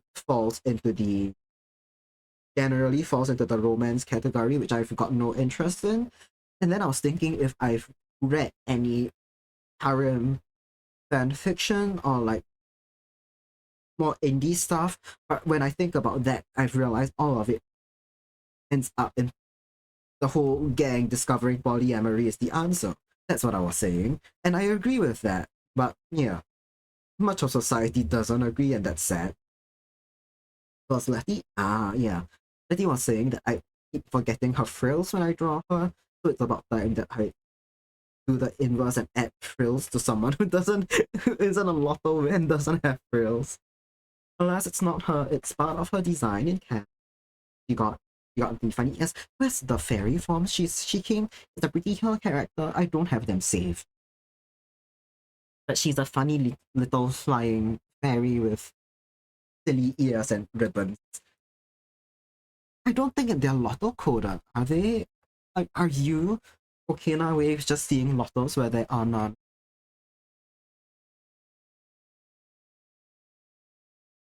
Oh, I'm happy with how her face looks. We're gonna move on to the base color. I did it once and then I tweaked the line art. So now it doesn't fully match. So let me just get the base color and then we will redo the base under the base skin layer. One more thing over here, this bit pops up a bit funny. Oh right, Coco says there's a time where you just watch whatever anime was on Toonami and you like what you got, even if it's the same 3 episodes of Gundam Wing. That's true. That's true. Oh my god, back in the day, this is a great bit of Singapore law. I watched anime on the public kids channel. It was called Octo. That's like the OKTO, and they had Pretty Cure on it. That's where I started watching Pretty Cure. And then like years later, I was wondering, oh, that's weird. I, they said that the only official English dub of Pretty Cure is for kids. Yet there was definitely no for kids in Singapore. But I watched it at an age where I could not have not Octo. Okay, now you're having flashbacks to the shit programming on Octo. Anyway, it wasn't all bad. They had Pretty Cure, and I think did they have Sailor Moon or did I watch that somewhere else? Anyway, right? Okay, so I was way too young to read subtitles. So what version of Pretty Cure was I watching? Because I remember as well, they gave out the all kids English dub of Pretty Cure gave them human, like sorry, not human, gave all of the human characters English names. So a girl named Honoka was named like Hannah or something. But I don't remember that. I remember she was called Honoka. So what the hell was going on? And then I went to the Pretty Cure wiki, and it turned out MediaCorp, MediaCorp, the company that is essentially government run that owns all the state media in Singapore did their own dub of Pretty Cure. That's why I remember it in English. But not the 4Kids dub, because there's a Singapore exclusive Octo dub of Pretty Cure, which is lost media, by the way. I experienced media that was now lost. And I'll never be able to find it again, I'm assuming. There's trailers of it out there, but that's not the full thing. Okay, now says a child. Her friend was her child. No, not her child. Her friend was a child actor on an Octo original. Oh hell yeah! Those were the worst. Those were the worst. Even as a child, I think none of the Octo originals ever appealed to me. It reeked so hard of adults writing what they thought children were cool, when a lot of other kids shows that didn't come from Octo, like originals, just felt like they knew what they felt like they were made for me. But Octo Originals always felt like what an adult thinks is made for me, and not what's actually made for me. The answer in that, of course, is that you cannot tell a child that a show is for kids. If not, they will hate you for life. You need to write stories using characters which are slightly older than them, especially adults or late teens, so that they feel cool and grown up, but the lessons are actually dumb as shit and easy for a child to understand. That's why the Avengers was so popular with children. Anyway, um, no, but like for real, like I think there's a certain age, right? I think 13 and onwards, you hate things that are made for children. You want things that are like for older teens or adults, so you feel cool and grown up. And the way you do that is with characters who are like college aged or whatever the hell, but it's still a kid's story. And because you're dumb as shit, you think everything is for you and you don't realize that that's actually for you. Because it's what, pretty much Singapore government property? No, just one specific English dub of it was commissioned by Singaporean like media, the Singapore government media, and aired on on a public channel, which is where I first watched it.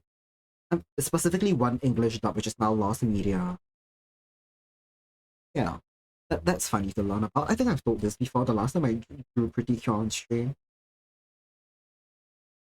Yeah,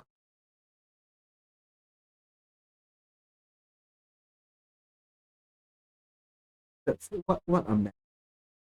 But that's also why I think I brought this up earlier. I said the first season, right, for Dariwa Pretty Cure is relatively popular in Singapore, like in terms of merch for Pretty Cure stuff. But it's all based in nostalgia because a lot of people within my age range were able to watch it English done on public TV. That's why we have memories of it, and that's why the other seasons don't really get much attention here because everyone just watched that one and then thought it was a one and done. A bit like Sailor Moon. If you don't know Crystal was a thing, you think like that's a one and done and then you move on with your life. We had one kids channel exactly. And if you don't have cable, and if you were in the era before YouTube was pretty common, you had Octo and you were forced to enjoy it. Oh my god. Memory not Octo. Study creative writing, the rule for writing for kids to make characters 3 to 5 years old than your target audience for exactly the reasons you said. Yeah, right? Because kids hate being treated like they're kids and they want to feel like they're older. I know that. I was a kid. No, I was a kid once. No, but for real, I hated it when Octo the writing was quite shit. Even when I was so little, I could tell that it was trying to be a hey kids, the government, not the government. Hey kids, this is what Singaporean media wants you to learn about this and that. And I'm like, I don't give a shit. Where's Pretty Cure? There were 4 seasons of Sailor Moon. Crystal was a reboot. No, I mean as in like okay. So no, what I mean is not so much seasons. It's more like because Pretty Cure, there's so many different concepts, right? You get one season and then they change concept, and there's one season and you change concept. Whereas Sailor Moon is very much the same set of characters over that series, and then Sailor Moon 4 seasons and it's over, right? And then Crystal is a reboot, but it's a different, slightly different context in which Sailor Moon exists. But Pretty Cure, it keeps changing concepts and a cast of voice actors and a cast of characters. But because none of the other seasons got the Singaporean English dub, most other Singaporeans don't know there's so much more to Pretty Cure than just Futariwa. That's what I meant. I think I phrased it wrongly. In us, we have one kids channel, so age 2 to 6 share the same networks.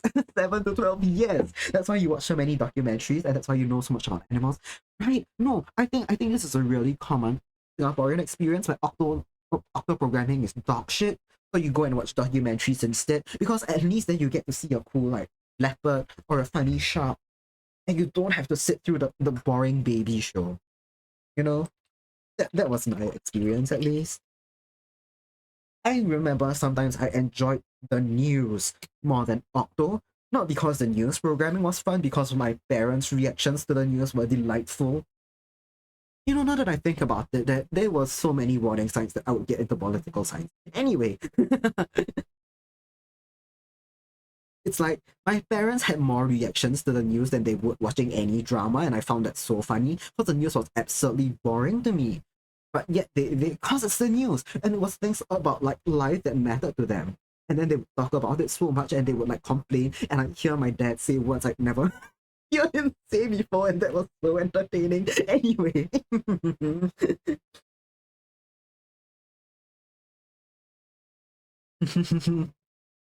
That's truly, oh god, what were the weird catalyzing effects of my childhood watching the news? I'm trying to think.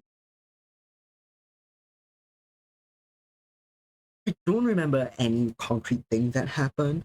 Most of the things that I remember from watching the news as a child were related to disasters, because those were really shocking scenes, and they showed like the aftermath of like villages flooded, cities like covered in rubble from earthquakes, and that was always really shocking to me. And those are what I remember. So I don't remember any of like the political things that my parents reacted to very funnily.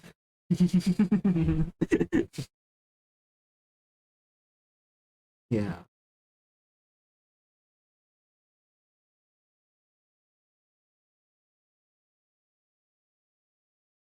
What else? That's also, this is great. There are also these like Chinese soap operas that run for like years and years, and there are like hundreds of episodes of them. Once I was talking to a friend and we thought that I'm thinking about the show I. We thought there were like 1,000 episodes to them, and then someone Googled and it turns out there were only like 300 or something. But then each episode is like 2 hours long, so it definitely feels like 1,000. Those as well. My parents didn't like them, my grandparents loved them. And I was at my grandparents' house very regularly, and I would not recognize a single character, nor would I remember their names, and I just watch them, and my grandparents would talk about it like they were real people. Ayo, how can he cheat on his wife when she loves him so much? And I didn't even know what cheating was in the relationship context. And he was like, yes. He scammed his wife. He took an exam and he lied to his wife about cheating. That must be what's happening. Great memories.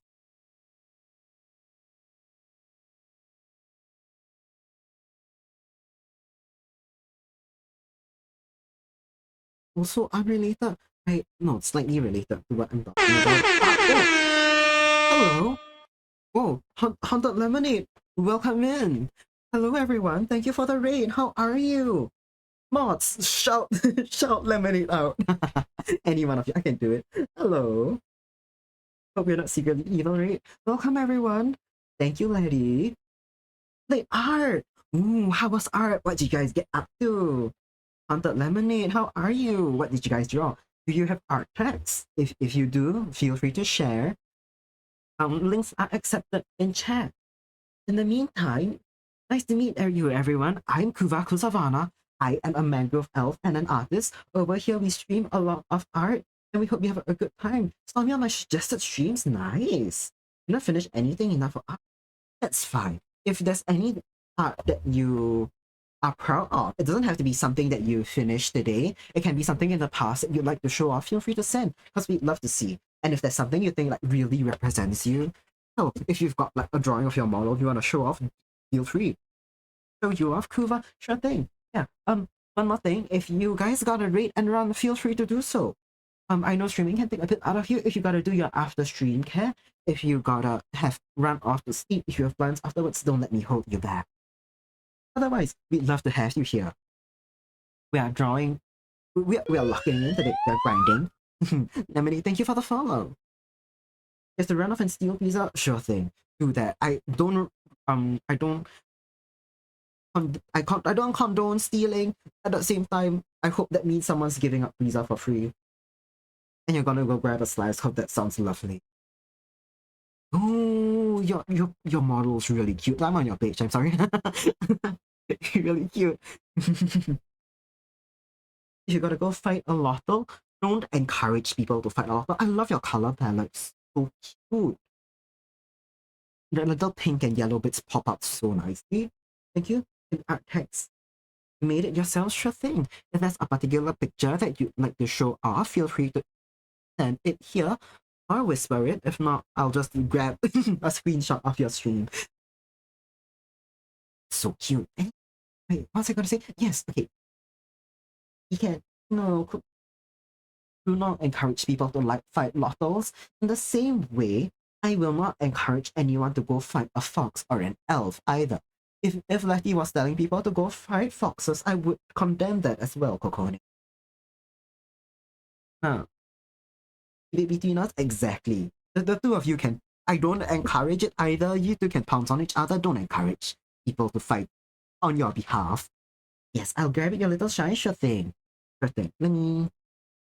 I'll go to. What if I. What if I went to your social media and followed you, nerd? Finding an elf is a bad idea. Just saying that's true. A good chunk of us are immortal in a funny way. In the meantime, I'm gonna quickly pull up something that we finished earlier in stream. This is actually one of my mods and a dear friend of mine. let me. Okay. In the meantime, mods, can you shout my regulars out, including yourself? I will get about. Ooh, your art's cute. Cute. I'm so distracted looking at things that aren't your model. Nice. 1 second. What? No. Yeah, go check Nami out. Nami played the witness. Yes, how was that, Nami? Okay, found your model. Let's do it. Nami's also an artist, plays a lot of Elite Dangerous and Final Fantasy 14. And she's really funny and her art's real cute. Love the witness? Nice. Okay, let's get Lemonade's art up. Yeah, we got Okina, another axolotl. Last late is Atani. She plays a lot of puzzle games and visual novels, and she's really fun to hang out with and has a really nice, calm voice. Check out Letty, very dear friend, very energetic streamer, always fun to hang out with. I will continue the shout out in a second. Don't forget to shout out Coco. Yeah, it's you. You can't shout out yourself. Why not? I can do it. I'll do it for you. Oh, I think Letty. Yeah, exactly. Letty Kokone shouted you out, so it's only nice to return that. Okay. Now, before I get distracted again, I love your model. It's so cute. I saw this on your stream. I saw on the stream preview. I really like your color palette. I think the bright pinks and the yellows pop so nicely throughout the outfit. Such a pretty color palette. I love your wings. I love the little the vines, thorns, branches, and the little shoes with the face on them. God, this rocks. Thank you. Same colors, different outfit. I see. Same character. Nice. Alternate outfit. Hell yeah. So cute. Even the colors have the same color. Sorry, the glasses have the same color palette. We love it. Oh, your designs have silly bat face on shoe. Hell yeah. I love it. Look at the wings. Oh, thank you. Thank you for letting me share your model. It's so pretty. Very formal to notice the face on the shoes right away. How? I mean, that's true. It's a little small, but if you do a full sweep, looking at the full outfit, it pops out. The yellow's really bright. Gorgeous. Thank you. It's maybe Letty. Okay, I think Letty's is artist intuition. True. Maybe Letty's. I know Letty's in a call right now, so that's okay. We will make her shout Kokone out later. Yes. Kokone Valve is another dear friend of mine, a fellow artist. She is learning to draw as she streams, and she's making friends as she streams. There we go. Letty's back. So yeah, if you like art streams, and I assume you do, because you're here and you came over from Haunted Lemonade, you're gonna love Kokone's and Nemi's. And okay. Your name's still with Okina? Oh no, I'm just okay. I requested my mods to shout folks out, and Kokone very kindly shouted you out, Letty. And I was thinking it'd be nice if you shouted Kokone out as an olive branch. And then yeah, you're on call with Okina, so that's all good. That's all good. You're not being stubborn. You've got a valid reason. This is art text from Haunted Lemonade. I am. Give me 1 second. I'm gonna try put it up on the board above my head. In the meantime, speaking of Exceledi, we can enjoy this art I finished earlier. I am currently drawing some commissions and much for an upcoming artist alley that I'll be at. So we're locking in for that. That's what's going on, of course. Where's my... Where's my... That's not the right time. Okay. Yeah. I'm gonna crop it here so it can fit into the chalkboard above my head. Have to read and run? Of course, no. Do not apologize for that. I totally get it. Thank you for being kind. Oh, thank you. That's super. Good luck with the artist stuff. Thank you. All the best. Have a good meal. Have a good rest as well. Thank you so much for the raid. And thank you for trusting me with your community. I will take very good care of that. Now, let me get my text.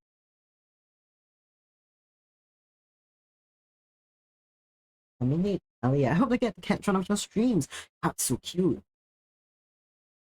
I hope you guys can see the text. It's a bit small. I might crop art text a bit. Yeah, I might crop it a bit. Ooh.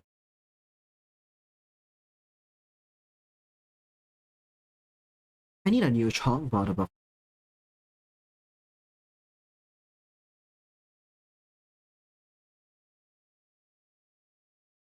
There we go. That worked. I have to crop out your face, but that. Thank you for the raid.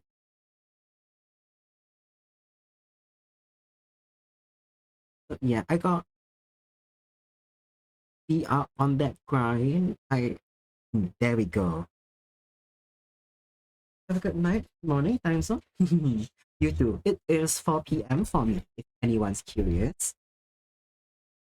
Oh shoot, I'm sorry, ad started 2 minutes ago and I didn't realize. I apologize for that. I hope you're not trapped in ad jail. Sorry about that. Is my layout a bit off center? Or am I just going insane? I think I'm going insane.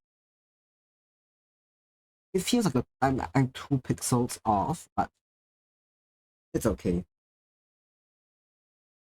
Yeah.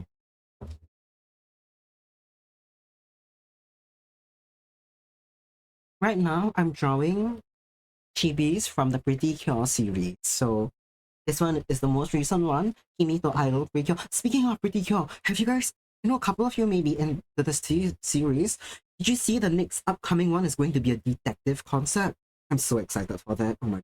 The recent concept since Hirogaru Sky have cooked so hard. I've really enjoyed all the seasons and so excited.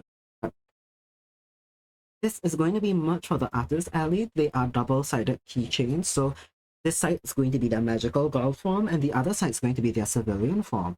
I haven't gotten about to that yet, so I'm going to. I'll do that afterwards.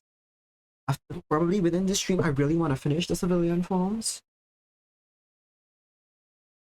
But yeah, I'm a very slow drawer. We also got this commission from Kitsumiu. I feel like everything I've drawn today are chibis. This one's due 24th December. It's a Christmas gift, so I'll have to try and finish that real soon. And if we've got time, we worked on this yesterday, but I've got this commission for Kokone Valpes as well. And we finished the base colors yesterday, so I want to get on to the shading. But yeah, I want to give a bit more attention to the Artist Alley stuff, because I want to send those out for production quite soon.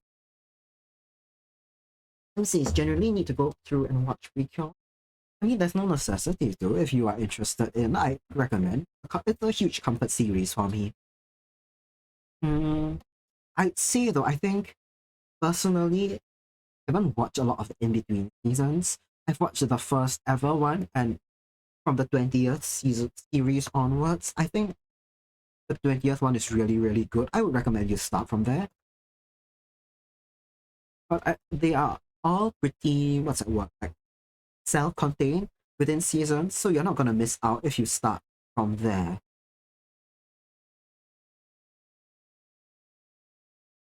I need to prioritize other comps and much you really don't mind. I know, but I still don't like to leave people hanging. I think it's a good time management thing to be able to balance everything as well. So yeah, I will be prioritizing these today, right? If I'm done with them faster than I expect to, we'll be able to do your call. But yeah, I don't want to make you wait too long as well, but sometimes I will try to balance them out a bit better.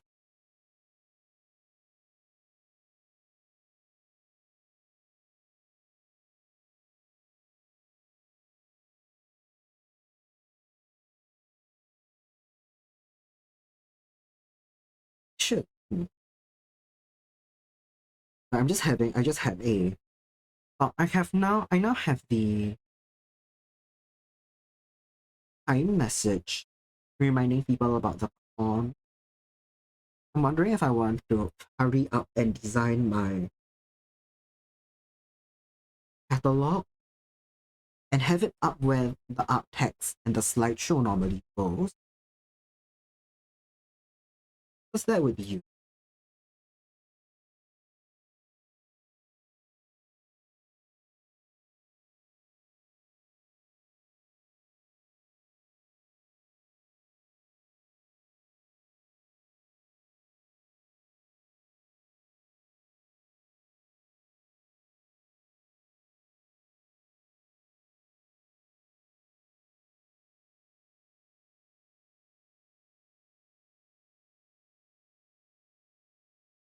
I'm pretty excited for the upcoming con. This is really funny. I think I've talked about this live as well a while ago. I was talking about this thing called the Culture Pass, right? Which is the Singapore government desperately wanting more people in Singapore to pay for the arts. And by the arts, I generally mean like fine arts, but they've expanded it to arts and culture. So it applies to like museum tickets and stuff as well. So they've given Singaporeans $100 voucher to spend across a handful, not handful, a selection of like arts programs. I've used my 100 up because I have historically enjoyed a lot of theater shows, but I'm always a bit hesitant to pay for them because it's just a little expensive. It's not the worst, but then now that I've gotten vouchers from the government, I might as well go and watch things that I've kind of wanted to watch. So yeah. And like local shows as well, right? So your international productions, your Beetlejuice, they don't count for Culture Pass, and I think that's a good idea.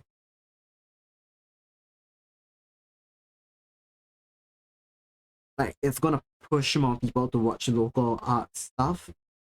And I think that's the industry that needs more trust from the Singaporean public.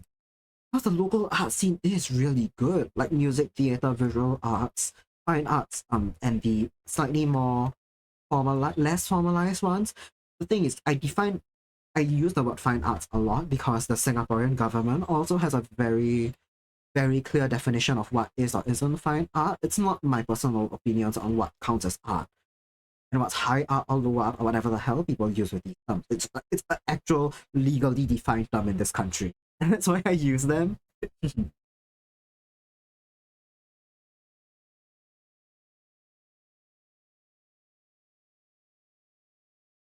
I've always enjoyed them. I was at a metal show last 2 Saturdays, no, last Saturday. So the last Saturday in November, that was the 28th, right?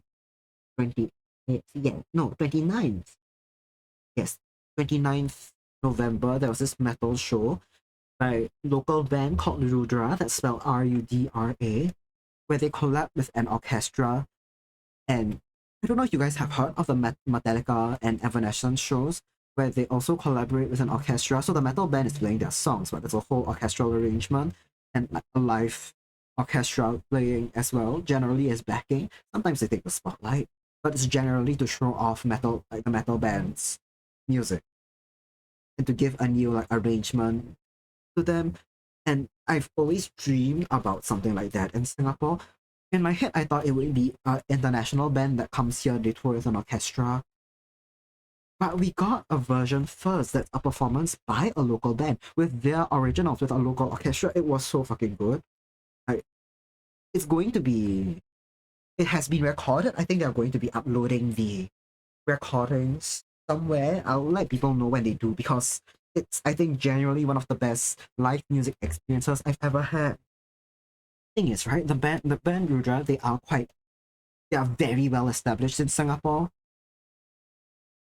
They are a heavy metal band, but their lyrics take influence from, you think, Hindu mythology? From different mythologies, right? Some from Hindu writings, some from general Southeast Asian mythology, like the Ramayana. And it's extremely unique in that aspect. I don't know, I love it. Hi, Acid. Welcome in. I hope I can call you that. If there's something you prefer me to call you by, let me know. Yeah. I'm talking about a concert I went to recently. I don't know, it's extremely unique. I think this is a fun one. Do I want recordings of me saying this as it's fine? Thank you. Glad to know that. I didn't really like a lot of Rudra's stuff in recording, right? I've heard them live a couple times because they play at a lot of local festivals as well. I've always enjoyed them live. I haven't enjoyed their recordings as much. I don't know why when they play live, their music sounds a lot fuller, if that makes sense. Generally in recordings, it feels like something's missing. It feels like just a little empty. Like there can be more tone, more differing textures. Most of their songs share a very similar texture. It feels like it could have more tone and texture a lot of the time. Sometimes you bring in traditional instruments and that helps solve it. I like those a lot. Recordings are fine, but normally I prefer them live a lot more. So I was a bit hesitant about going to the performance because I haven't been through one of their full solo shows, right? And I'm not very familiar with the discography. I just know their hits that they play at like the festivals. But I have zero regrets about going. It was so good. They killed it live. The orchestra killed it live. The person doing the arrangements knew exactly what they were doing. At some points, I think it was more so maybe this is on the venue than any of the performers. Something sounded very muffled because orchestra's loud and a metal band's loud.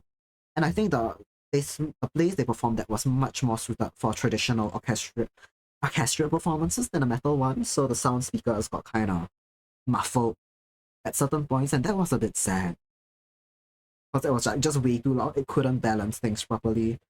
Otherwise, though, when things in quieter moments, when the band was quieter, when the orchestra were quieter, and you could hear a lot better what both were doing, and it wasn't like the speaker speaking over anything.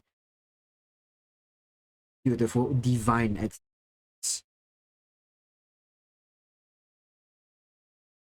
But yeah, I could, yeah. What on earth was I going? Right, cultural pass. I started talking about the cultural pass because the con that the artist alley that I'll be at, you can use your pass for that. And I'm very happy about that because that normally opens up the doors to a lot more people who otherwise might not have bought tickets. And I think it's really nice at least that they're not really limiting what the pass can be used for to like very, very strict fine art things, and I'm happy about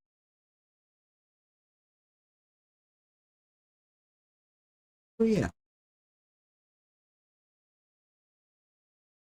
Where's my color? Okay, there's the colored layers. I'm gonna bring this up. So I something's there we go. Did I not color in her eyes? I guess I didn't color in her eyes. Okay. I'm gonna pull that from her. So yeah.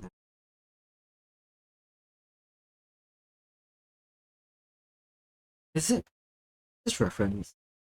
Is it yellow? Is it green and pink, right? Yeah, I'm quite sure it's green and pink.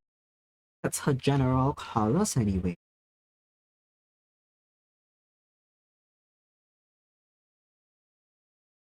Where got to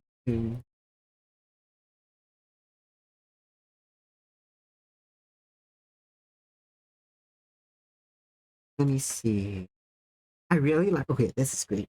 You guys can't see it now, but I drew Yuri of these these two together once. It's somewhere in the slideshow above my head. You guys can't see it now because I put up the lovely, lovely art text from Haunted Lemonade. But I'm thinking I might as well print that as a, yeah, Yuri. I might as well print that as a print for the convention. Because people love Pretty Cure Yuri. Yes, it's green and pink. I need to draw more Yuri and Yaoi, man. I haven't drawn Yuri or Yaoi in a long time.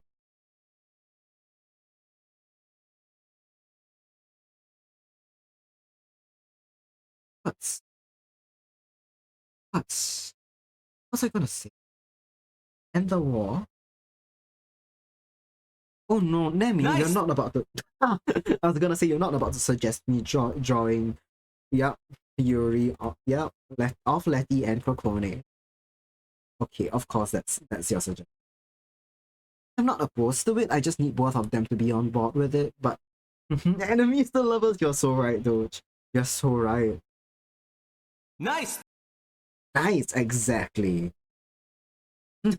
Hi, okay now. Nice. I'm glad to see the Yuri summoned you back. And Yaoi. Nemi wants me to draw Yaoi of... Not Yaoi, sorry. My bad. Yuri of Kokone and Letty. Because they keep fighting with each other. But now I'm guessing someone wants them to kiss and make up. More so kiss. No, as I said, I'll do it if both of them agree to it, but only if they agree to it. Cursed Yuri, indeed. There's no no the base of her eyes. Nice, not pink. Betty says no. Okay. What is your first? Betty phone is actually Yaoi. No, I misspoke. Cause I always have Yaoi on the mind. That's what happens. Yaoi's always on my mind. But her gone sexual? No, oh no. That's kind of funny, but Letty says no, so let's not push it then. As funny as it is in concept, I won't draw Yuri. I could draw a peaceful drawing where you just both hold hands in a flowery meadow and you enjoy the beautiful scenery together without arguing. I think that's it. I also like how Okina said Letty says no on her behalf. I know you two are on call, but it's also funny to consider that you have our authority to make Letty's art decisions like that. Like a manager. But yeah, I know it's because you're on call.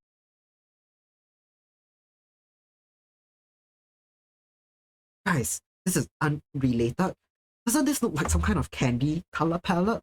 Like I swear I've seen like melon or mint candy colored in this shade of like pink and green. You forwarded it, you're okay now and you speak for Letty, exactly. Well, I figured you I figured you forwarded it, but just imagining you are okay now waves, of course, manager of Exceleti. Oh no, I think you took a wrong turn. I hope you're not lost, Okone. Imagine you got so distracted by the potential of Letty Coco Yuri that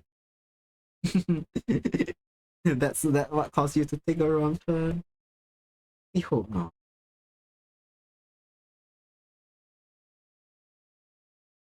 Exactly. As your manager, Okina knows what other deals you would or wouldn't accept. It's because all the lottos are a hive mind. Exactly. It's the one brain cell you all share, sir. Thank you for the slap. Yippee! Yippee! I I feel like her pupils are slightly. They're not looking in the same direction. Is that just me? Do you guys see it too? I hope. Maybe I'm going insane. I need to zoom out a lot more. These keychains, these are going on keychains. They're gonna be pretty small. I don't need to get lost in the sauce. I've gotten way too lost in the sauce. Oh, roadworks. Oh no. But it didn't help. Yeah, I imagine it is distracting. But, oh man. Don't work ahead. No, don't finish. Um, yeah. Oh god.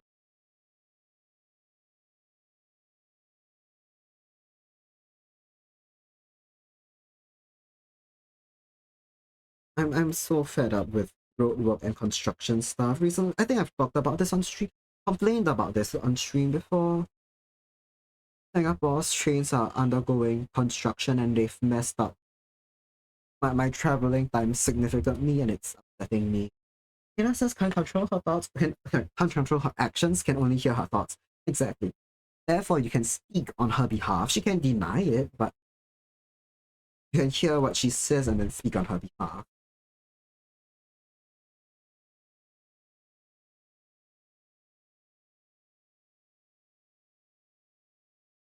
Yeah, I don't actually remember when it's ending. I remember when they started. I cannot remember when the road works are ending and putting an end to my suffering, but I'm going to be suffering for longer because they're going to be closing more trains next year.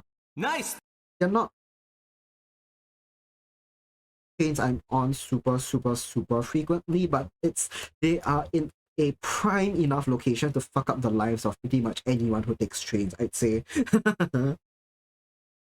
You're up for Kokone Yaoi? Really? Kokone Yaoi. Kokone egg for real?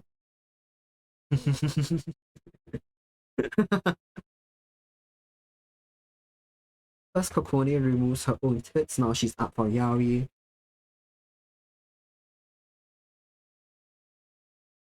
No matter what you identify, Kokone, we love you.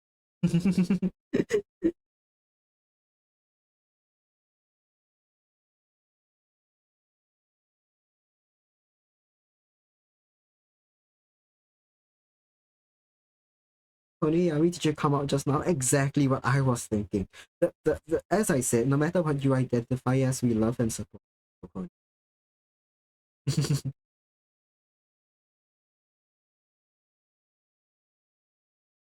Isn't that okay? This maybe I shouldn't push this topic of conversation any further. I swear there is a full-on word for being attracted to yourself, like gender bent, in either direction. There's words for both of it. One of my IRL friends told me about it, and I think it's really funny that it's a thing, and there's a specific word for it. Itsunes are canonically shapeshifter. Oh, you're saying, I see. Interesting. Shapeshifting yourself just for Yaoi. Oh yeah.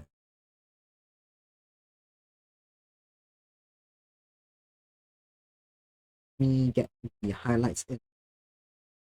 Okay, I'm gonna make this bit curve a little bit.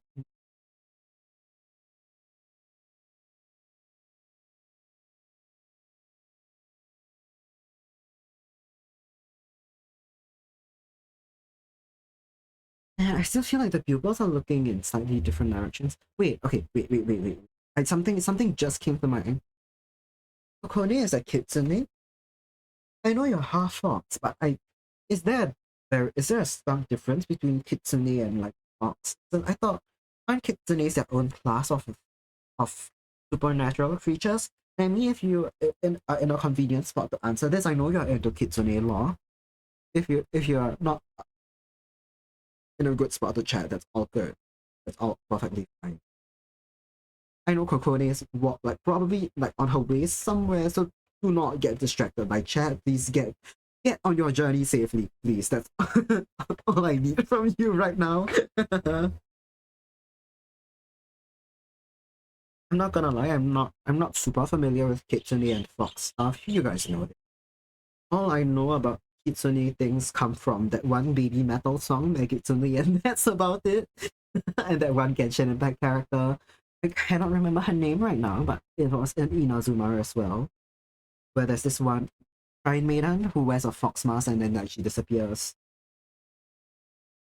Nemi canonically knows spells like polymorph and self-disguise. Oh nice. That is very good. I should have written myself in with shape-shifting powers.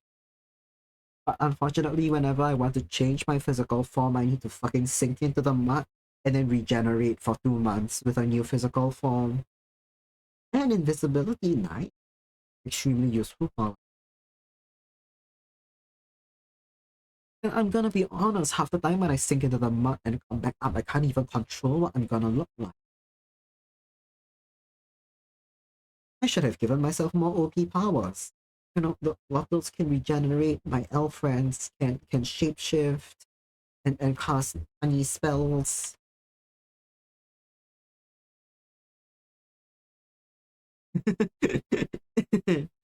And all I am is just a watered down version of religious folklore, of a religion I'm no longer actively in. Not for any real reasons, it's just because I'm lazy. Anyway.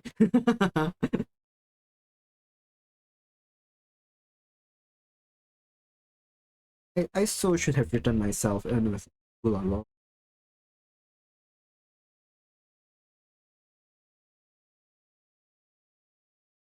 I think I've spoken about this before. I want to kind of express my lore through comics one day. And so I don't want to share too much about where I come from just yet, so I don't spoil a story that I eventually write. And I'm making that a promise to myself, right? Because I keep saying I'm going to do this comic, that comic, and then I never do it. I really want. I got distracted coloring her eyes. Great, good job, Pruva. You're so good at getting distracted. That's my number one skill, actually, getting distracted. Anyway.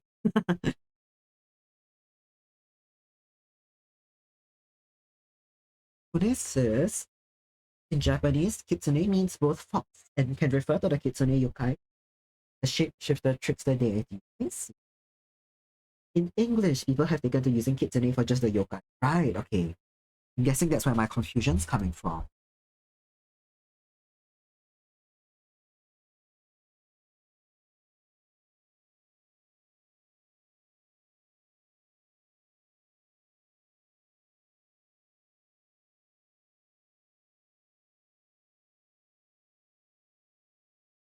Green's I was distracted for a minute. Green's gonna show up a bit strangely printed normally, but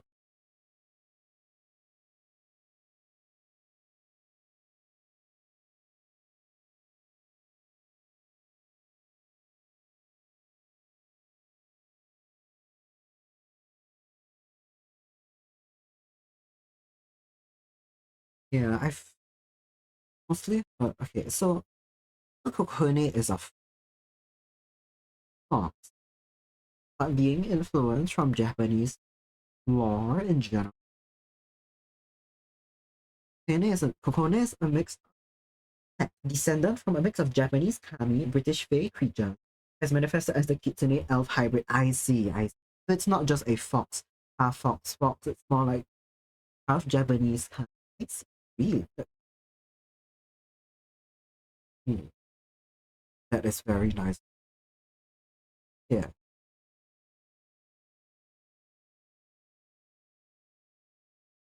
that's making more sense. But yes, indeed, kitsune, half fox in the kitsune sense, and yokai kitsune.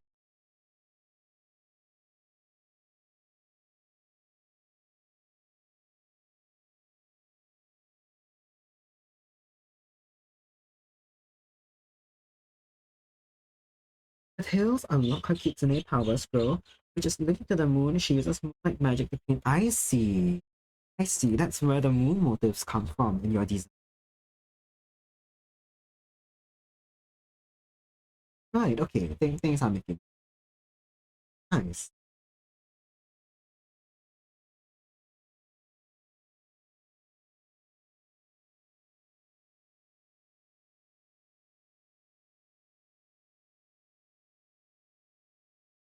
Related. Her hair is a very light blonde, which kind of coincide with her skin color. I'm gonna paint it in bright green first so I don't mess up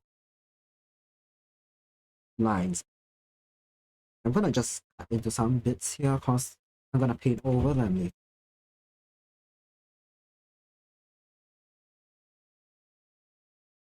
Painting with moonlight magic, you though. What a huge fan of.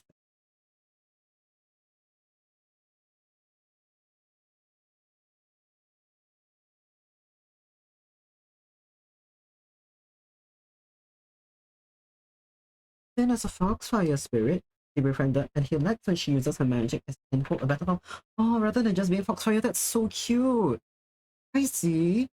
Oh, Oh, and I'm imagining then when you draw him, he takes on a more like corporeal form and just being honey fire, and then he can be a little oxford. That's really cute.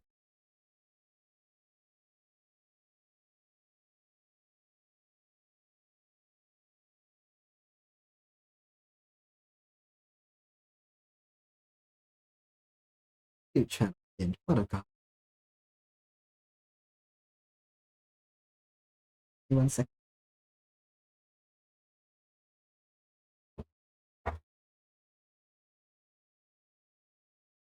I'm also assuming that this magic regarding the moon and the paintbrush is also the same magic that protects the great glade from forest fires, many of which your own friends set off in. Truffles, oh, Truffles, don't call him that. Truffles an accident that happened when Hazel, Coco's friend and canon girlfriend, the poor woman is half giant, is using plant magic and accidentally brought a little toadstool to life. Oh, that's can't believe can't believe you called Truffle an accident. Little guy doesn't. Truffle is an accident to you. You can live in the pond. Don't kidnap little. I think Truffle is pretty happy on it. To be fair, the world has been so mean to Truffle, which didn't let his emo. That's I'm gonna make this bit of her hair here green, even though it's not in her design, just cause I can. It is here. It's not here. Oh, pretty cure animators, you fucked that one up.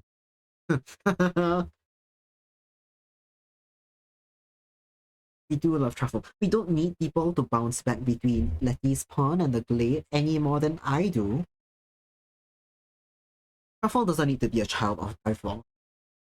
I'm the only one that needs to be in this position.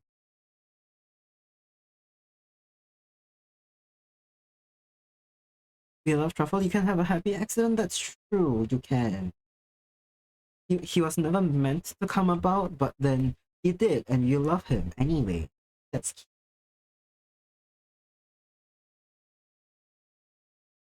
Oh, I drew this on the wrong lane, but I really like it. Could I just give up and have? Yeah, you know what? Sure, let's keep. But I want. Okay, no, the shading will be a completely different color. We're gonna have to redo the green grade. Yeah, right. Okay. We'll have to get rid of the X. What it is.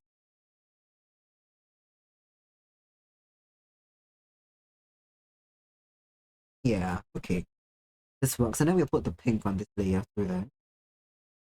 We're gonna have to do a slightly different pink than the one in her model because that shade of magenta is a bit stupid for printers. Like it's a very weird shade of pink or purple for printers to achieve, and it ends up very muddy looking.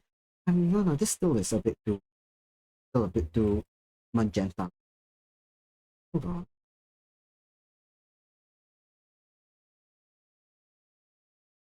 Slightly more towards the red one.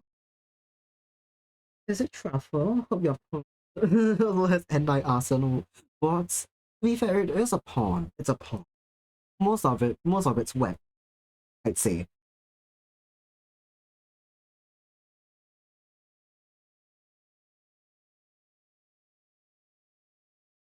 Forest is protected by great magic that's been put in place by Pony's ancestors. It helps us strengthen in with it with ritual dancing on a full moon. Nah, yeah.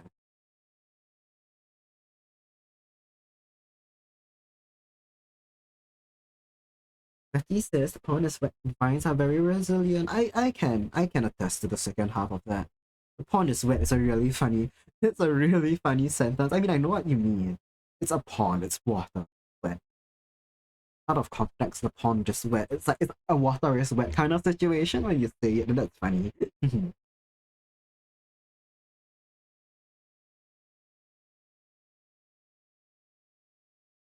Truffle will eat your vines? I don't truffle. Does truffle have? I thought truffle has no mouth. We're also gonna do bright green on the white bits of her outfit real quick, so I don't. Because she's got a very similar. The white and her skin, they're gonna clash.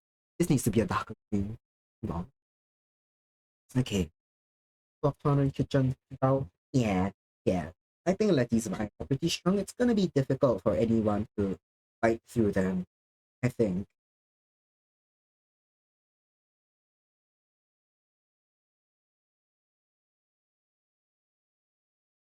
I think our ad's starting soon. Okay, maybe I just saw a pop-up and got confused. I think we're gonna have ads in about half an hour. I might need to go for a little break because I'm out of water.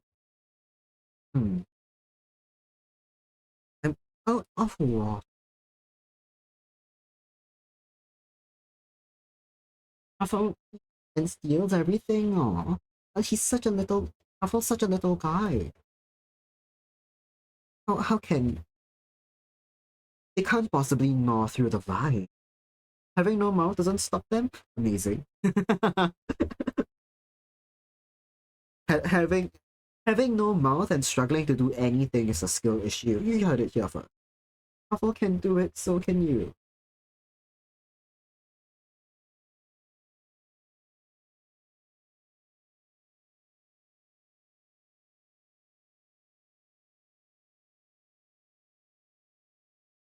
One second.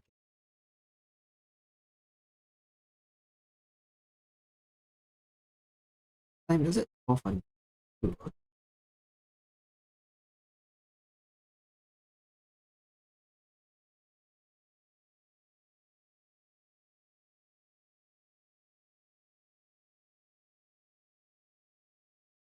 And so, oh man, I will. I totally get it. For me, as well, underground, the signal raw dogs. It's so bad. Some certain parts, some spots of the train underground in Singapore are. That's not the right. It goes deeper than other parts. So some in between some stations, they are particularly. It's particularly awful. And it gets to a point where I can't even load songs on Spotify unless they're like downloaded things. I can't load images on social media. I can't load like replies, right? So let's say if I'm scrolling my Blue Sky, I can see the base posts that people make, but I can't see any media attached to it, and I can't see reply. And then I live with it. I have to live with it. I just have to shrug and accept that I'll only see what's being posted till like later, basically, whenever we get out of that particular spot in the tunnel. I'm also complaining about underground train signals in Singapore. Should we go pure white for these bits of outfit? I think a slightly off green, green. Yeah, this shade. No, no, Kokone, you know what you. Or yeah, you know what you said.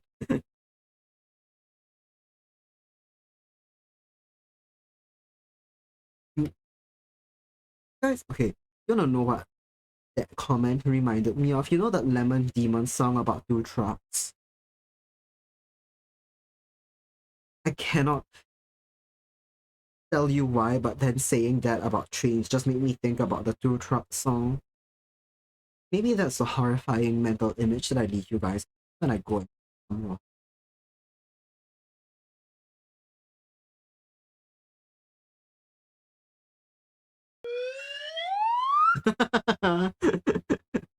Neko Chan VT, thank you for the thank you for the follow.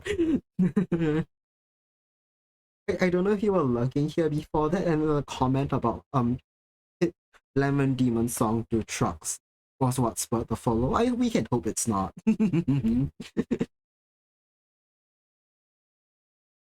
Yeah, man. This is really funny. I feel like I was complaining about the trains in Singapore earlier. To a certain extent, I know that I shouldn't complain that much because most of the time it's a really, really good system, right? It works perfectly fine. But the thing is, because it's so good, many people rely on it. And when it breaks down, the effects of it breaking down can be felt really badly. Let me, I'm gonna color in the complete all I want. Yeah. Okay. I know it's a public service. A public service. It, it should be working, and it's not, and that upsets me.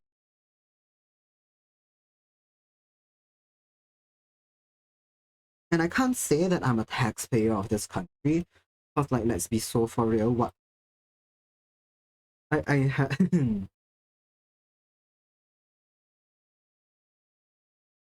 I haven't been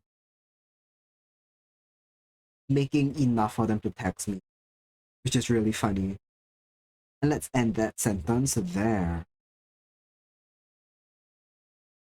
I don't know if I'm past the age threshold for them. I think the age threshold is 21, so I should be past it for them to tax me.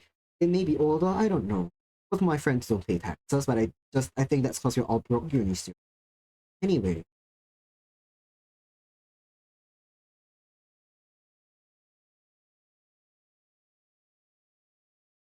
saying the sentence "I'm not a taxpayer" is so funny, but like I'm not. Oh yes, okay. These squares are slightly, hold on, in like width.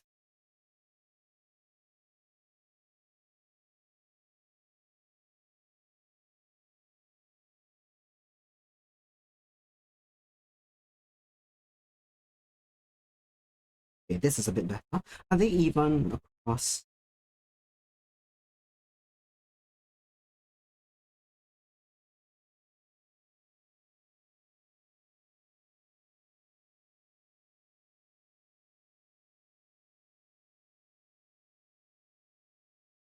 Okay, so then they'll be darker in the squares where they intersect. I'm gonna just very like bump, bump something in there. I'm not bothered with it being a perfect square in the middle because this will be a keychain. They will be pretty small,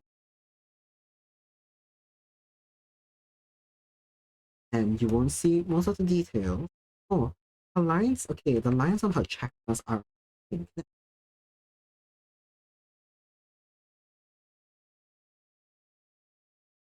Okay, there'll be a fairly thin, darker pink and fairly thin. Anyway, yeah, so I'm gonna do this on a separate layer because I think I'm gonna need to gray checkers slightly transparent.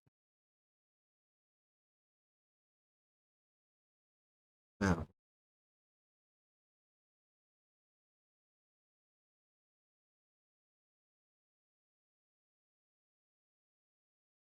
yeah.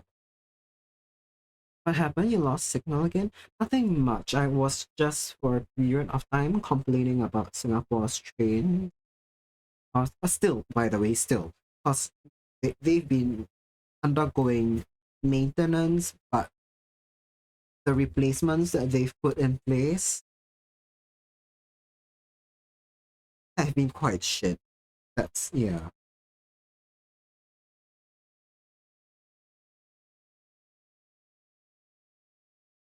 That's what's been. Am I going insane? It's not. Okay, I'm gonna make them less saturated.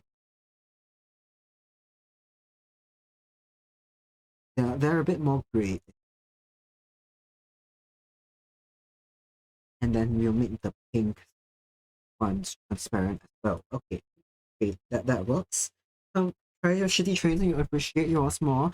Right, that's what I was thinking. Okay, the thing is, Singapore's trains in general are really good, but that means also that people are very reliant on them, and then when they break down, that puts a lot of people's plans out of whack because people don't account for it breaking down because they're pretty good and like suffering from success or whatever, taking things for granted, but like still.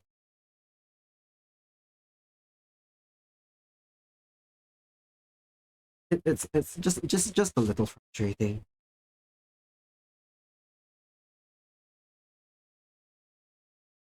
I'm pretty glad that overall the trains are pretty good, but still,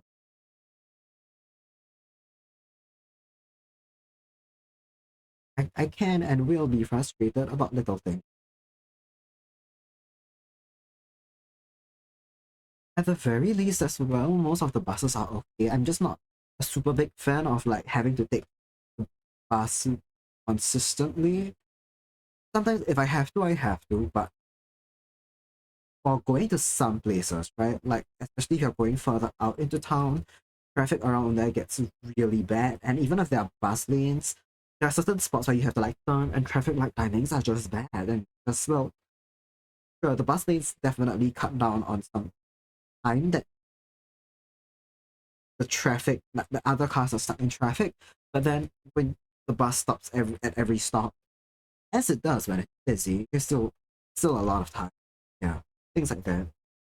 This will not ever spur me to go and drive, though I still don't want to drive. It's a strain on the environment, and there's no need to in Singapore, especially. Overall, the public transit's still fine, and I will not until the day a family member may need me to drive. So like, for mobility concerns, accessibility stuff. Unless unless I have to drive because of that, I'm not going to drive.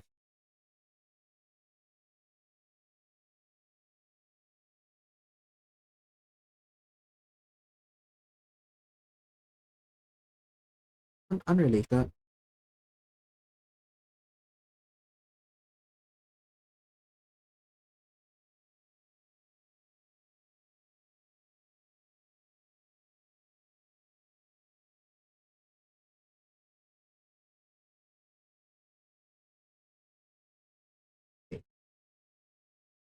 1 minute, I think. I'm gonna go for a break. I need to go and get more water, and I need to go help family member out with something. So we'll be out for about 3 minutes, and 5 minutes, and I'll see you soon afterward. I'm going to just schedule ads now. They are scheduled to run around the hour, but since I'm gonna pop out anyway, we might as well schedule them now. So I'll see you guys soon. Yeah, my bad for the ads.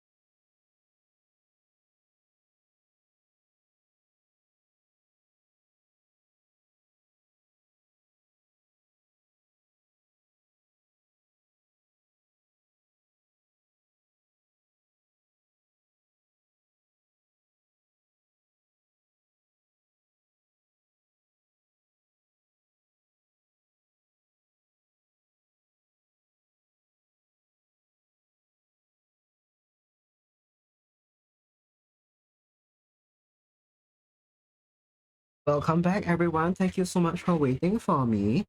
I have been. I took more than 3 minutes. I see the ads came and went, but I hope you guys had a good break. I will have to go at 5:45. So let's use the last 45 minutes together. Well, let's see. I'll try and finish the base colors for this soon. I take a long time to do base colors, even though they're relatively easy to do. Hmm. Yeah, I will have to lock in. I've been trying to lock in the whole day. I keep saying I need to lock in and then I struggle to do it.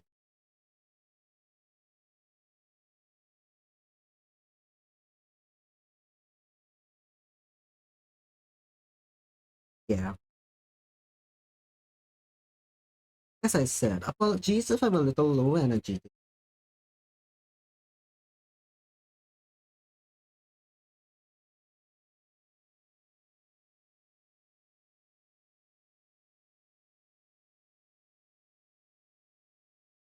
I've been just a little tired recently, but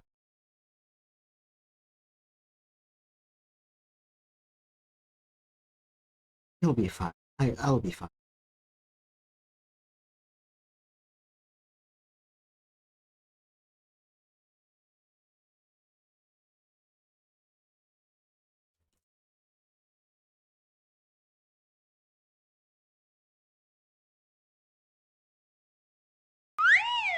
Oh, oh, what? Oh, thank you for the bits, Kokone. Thank you for the 5 bits. You say you okay? You hungry? Thankfully, not yet. Thankfully, not yet. It's just. Hmm. Okay, I've just been a little tired today. Thank you so much for the raisins. Indeed, really sweet of I will enjoy. Me and the little frog on my tablet will enjoy the 5 raisins.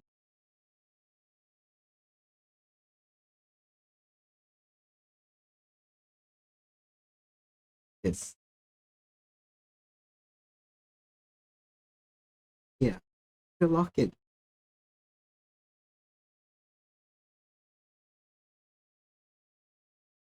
think it's really fun. I'm not gonna call this the Monday blues, but I think it's really funny if we pretend it's the Monday blues and I'm low energy on a Monday despite currently being self-employed and then having done the exact same thing yesterday anyway.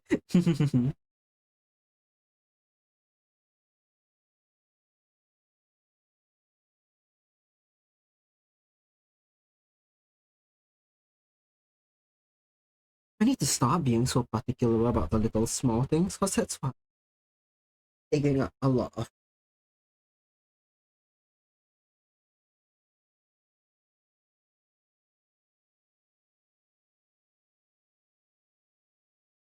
Hmm.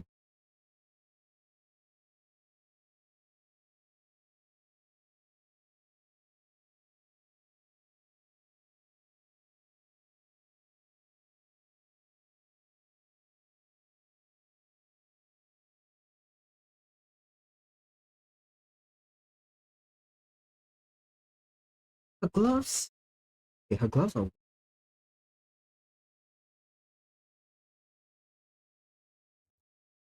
Hmm.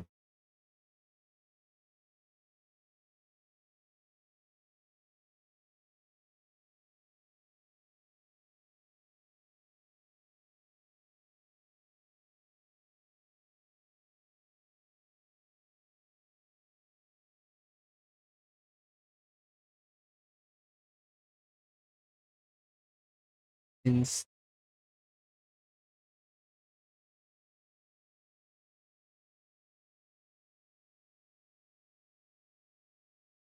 There are some things that I chose not to draw in with the lineup because I thought it may end up looking really messy. This music note's one of them. In the original design, it's halfway up the skirt, or halfway up this petticoat. I think that's what it's. outer layer, but cause it's chibi proportion now,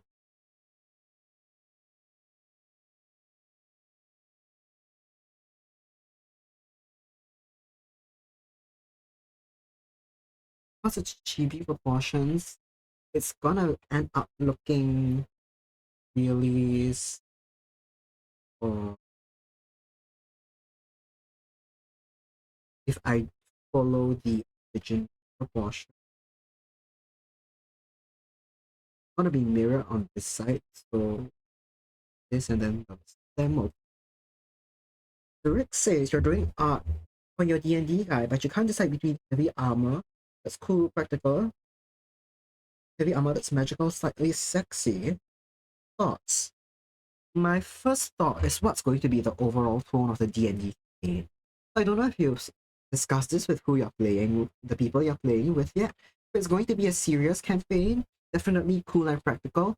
If you're going to be hee hee ha ha, then go with your heart. Otherwise, the next question is what is your character's personality like? Right? If they're a bit more mischievous, flirtatious, go magical, sexy. If they're very serious, definitely practical.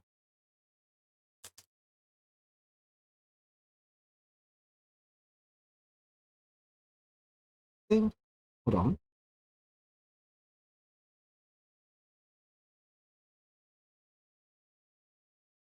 Those are definitely the guiding questions that I use when I'm deciding things like that.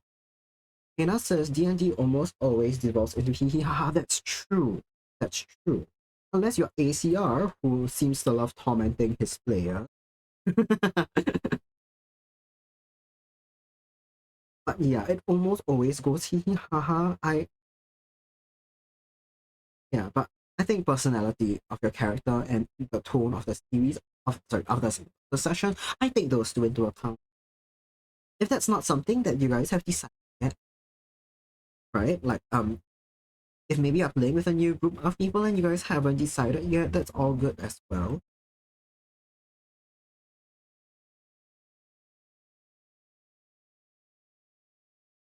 I once entered a Vampire the Masquerade game with some IRL friends, and I didn't realize that the other two players made their characters very hee hee ha ha.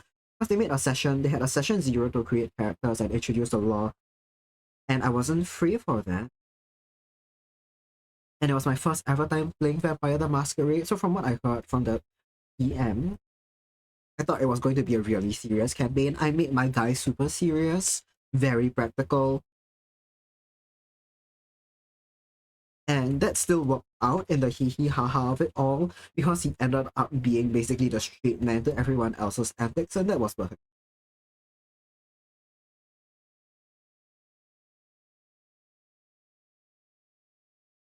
So yeah, I'd say go with your heart, go with what you want your character to represent.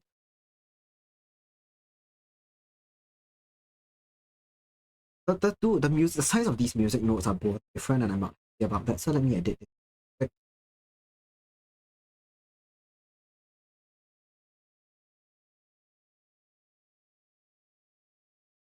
Like, why does it look so different? Oh, because the stems from a different side of the note. That's what they are both. They should still both be.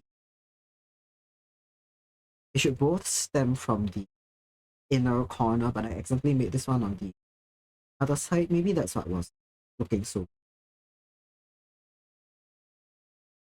Yeah, I think then what I fix is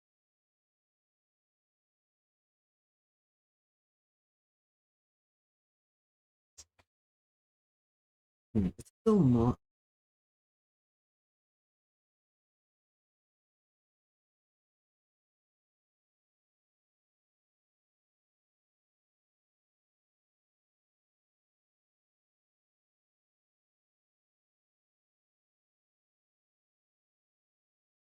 Hmm, hmm.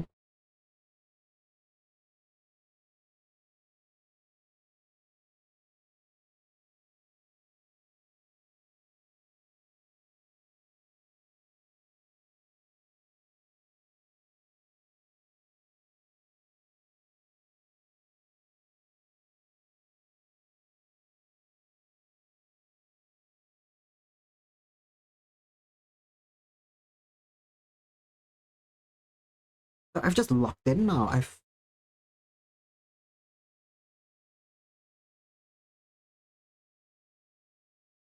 something about the stem of this music note. It's not working out for me. No, a bit, just a little. I'm just gonna scratch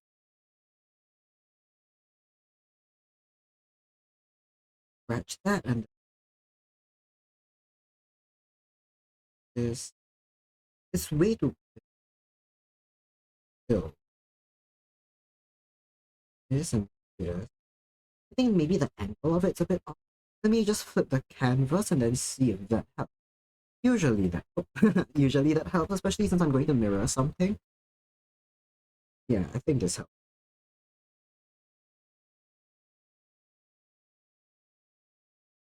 Emi says, Tina says D&D devolves into hee hee ha ha, but the group she's been in for 5 years really is not. Ooh, a 5 year group, that's kind of insane to begin with. Yeah, I guess it depends on like, the groups. It really depends on the groups you play with. From my experience, I've always played with people who prefer a silly campaign. So campaigns start and end silly, or campaigns start silly and end silly. Or start serious and end serious, just cause that's people are like, okay, we're gonna do a serious campaign and it never ends up that way. Yeah. If everyone goes in wanting something serious, probably easy to keep it that way.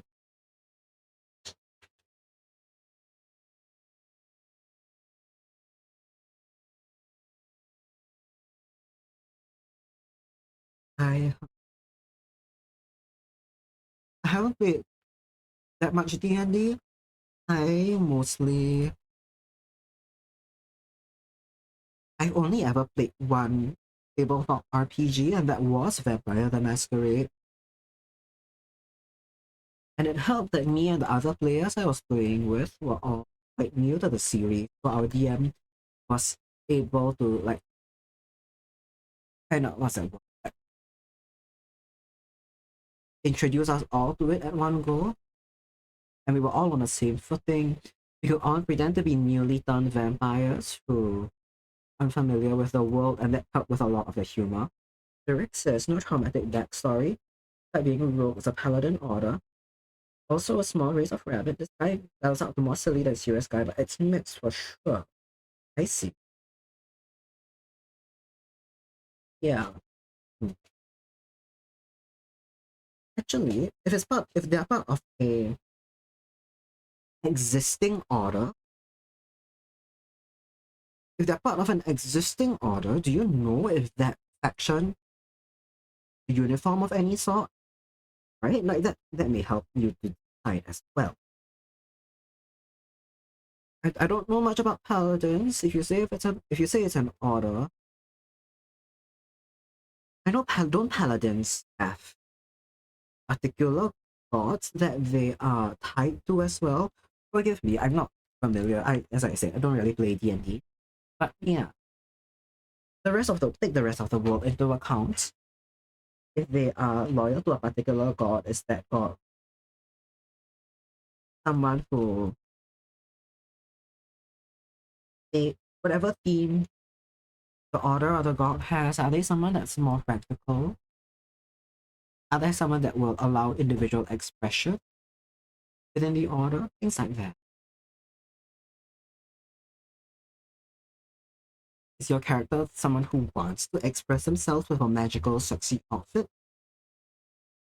There's definitely going to be a way to balance something that's both practical and more magical and sexy. But yeah, it all depends on your character and the world that they're in and who you're playing.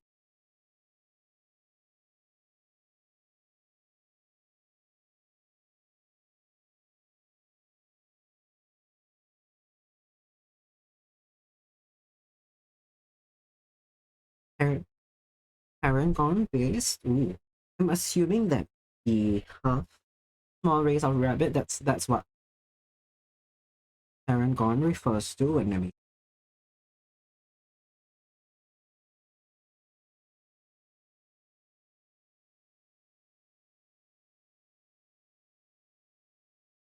despite what I've said though, at the end of the day, you want to be playing and representing a character that you are happy with and you can relate and embody. It depends on what you are more comfortable embodying as well, I suppose. I don't know if you're familiar with your dungeon master. They may be the kind of people who take impractical armor very seriously. They'll be like, oh no, you've got a titty window. The enemy shoots an arrow through it and you take and roll for damage. Right? That may be something you consider. I don't know. My when I played Vampire the Masquerade, our DM definitely considered things like that. My character, I played a grumpy old man, and the two friends I was playing with designed characters who are roughly like who were in their age range with very silly jobs. And my grumpy old man always wore like a really thick coat. And sometimes if we got attacked, because the DM would count that coat as like just a little bit more armor than whatever my friends were wearing. But also we were never a combat heavy group, so every time we had a combat encounter, it was just for shits and giggles, basically. What? Nemi, what do you mean? What do you mean, Nemi? Oh, hey, thank you for the follow. That was definitely not why I was playing VTF. We were just, it was a, we were never that, what DM means? Not in this context. You know this. You know this. You have played more D&D than I have. You know what kind of dungeon master I'm talking about.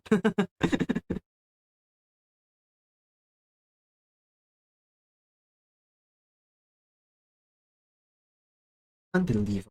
Unbelievable. So mean to me. My groups still call you Tommy Mommy DMIC. Ah, yeah. That's your group's problem. Derek says, Harrigan and the rabbit people race come in both medium and small size. Oh, cute. I see.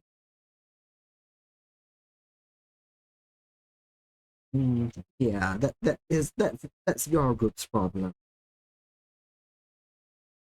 Very much so. That wasn't the case with our group and RDM.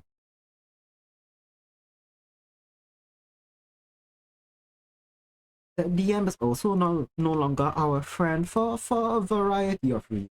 But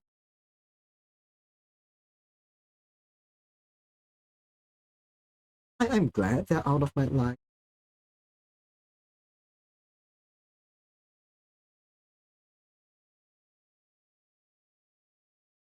But it was okay. It's really funny.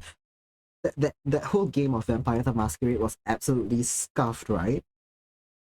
But the DM and the group I was playing with weren't big on.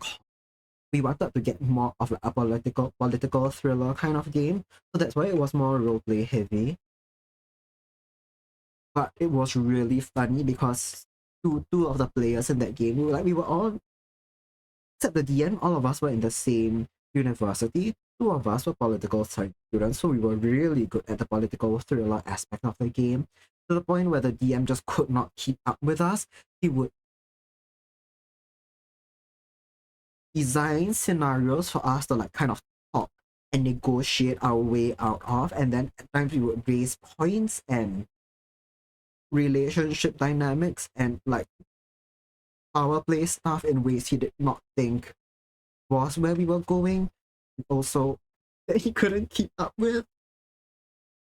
And it's really funny because he's like, I'm glad I have smart players, but like, man, stop it, stop it. Go at a pace I can keep up with.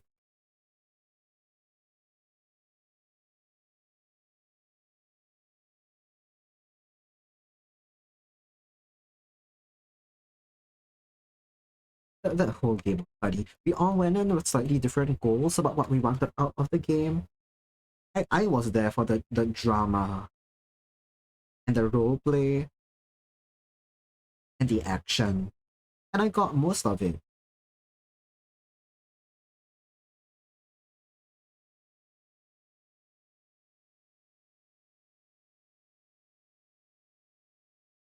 like two of the friends that played with us, they knew they were going into a game with quite a bit of like drama and like diplomacy and negotiation, and they weren't fully prepared for it. I designed a character that would fit into that world very well, right? So the scenario that our DM designed for us is that eventually all three of us would end up in all three of us were supposed to be from different clans. Like he's specifically made us pick three people from different vampire clans and then put us in like positions of government, and then we would fight with other people, and then at one point I stirred up in-group drama for the fun of it. Because it was the natural direction for our characters to like go in, I felt. Yeah, stuff like that. Fun game. Very fun. One of them was a burlesque dancer, and the other one was a flower shop owner. So when they ended up in positions of power, they were like, oh, we are so unprepared for this. And basically, they were so unprepared and so unqualified to ever be in a position of power that the DM had to write in a scenario where the office basically explodes and the current top leaders die. And that's why we inherited because we were all so unprepared. My guy was ex mafia, so it explained why he had some ability to handle power and deal with people and threaten people better than the other two could. But like none of us were ready for like serious office at the end of the day. Letty is very adjacently interested in Vampire Masquerade. Hudson recently got his hands on the new rules for it. Nice. Nice. I can't say very much for the rules of it because I was quite the shit player. And as I said, we never played a combat heavy game, so we ended up making up a lot of bullshit for how negotiations would go down. The only thing that we kind of stuck to the books for, aside from combat, was like the different vampire clans and the powers that people got. I've forgotten most of it. My guy was a Ventru. He's like very much this businessman. It's great. I think one of the the debuffs that Ventrus had to have was a dietary requirement, right? So like the blood that the vampire drinks had to stick to a certain not category. They had to have like a condition for it to be blood that I could accept. Oh, was telling a canine you were in a VM LARP many years ago. The DM did not explain anything. Nah. The LARP though, that's delightful. Yeah, I think like, when that happens, I remember our DM didn't explain a lot of things from the start because he didn't want to bore us with lore. He wanted us to go straight into the game and just play it and just experience it and learn it by playing it. And I think that mostly worked out. It's just there were some things that we never organically figured out and that we were floundering about by. Maybe that's the case with yours, maybe it was just a shit DM. So, started with us walking around with vague goals given to us. Yeah, that doesn't sound the best of experience. Actually, Rex is gonna start with the magical and slightly sexy. Free the belly. Hell yeah. Nice. Nice. I hope I hope that I could give you good advice on that. I hope that anything I said helped. If not, my bad, but I'm still happy that you thought I was a good person to ask directions.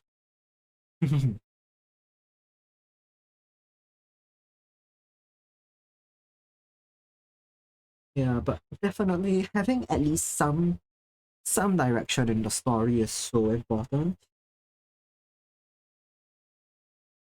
And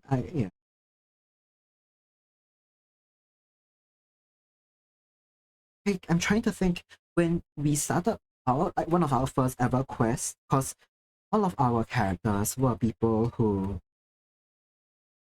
did not start out as vampires, but they were very recently turned, so we were brought to like the big government office that we eventually took over office. But we were introduced to the office first, and that kind of set the tone for things and set the the tone for how we were negotiating and our like reputation basically with the office. I don't know. I enjoyed that. And then having to being thrown basically baptism of fire into the political and social situation with the vampires, extremely, extremely threatening feeling. Because I would say something and then hope that it wasn't bullshit. And then my DM look at me in the eye and tell me that look at me in the eyes and tell me I made a vampire social faux pas. I was like, shit. Talking about it is enough gets the ideas flowing. Yes. Nutty says, think I was 14, so you're not experienced socially. Gave social lots a bad taste in your mouth. Oh no. Yeah, that's not a fun experience. That's sad to hear.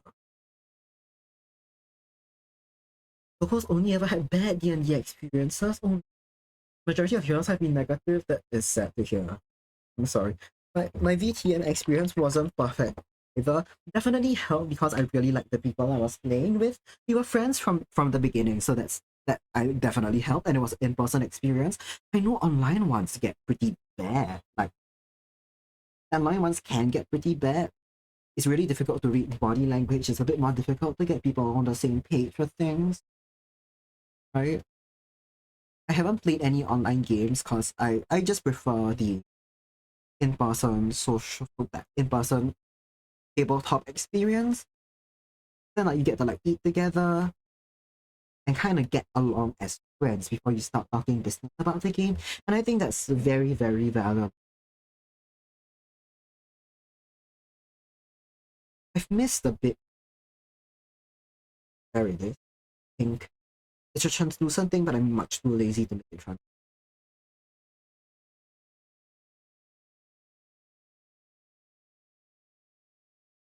I get it though. A bad TTRPG experience sucks.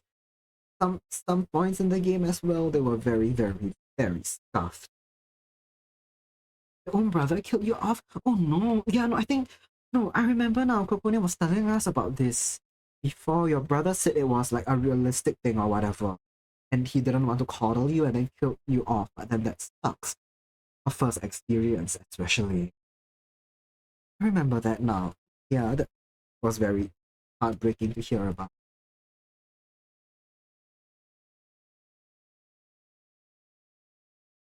Yeah. I think I was lucky that my first experience was with IRL friends. We could get on like the same page about things before we even started. We need a good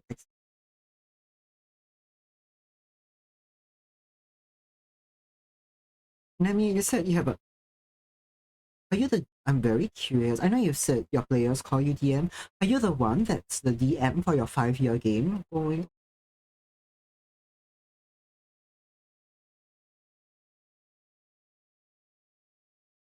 Oh, you're looking for a VTuber one shot? Ooh, oh, okay, Nemi is the DM for the 5-year game. 5 years DMing, hell yeah. Oh yeah.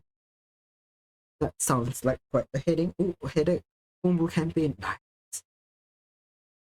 That that's not your first ever game you've DM, right? Like it can't be. Have you been DMing for before that 5-year campaign?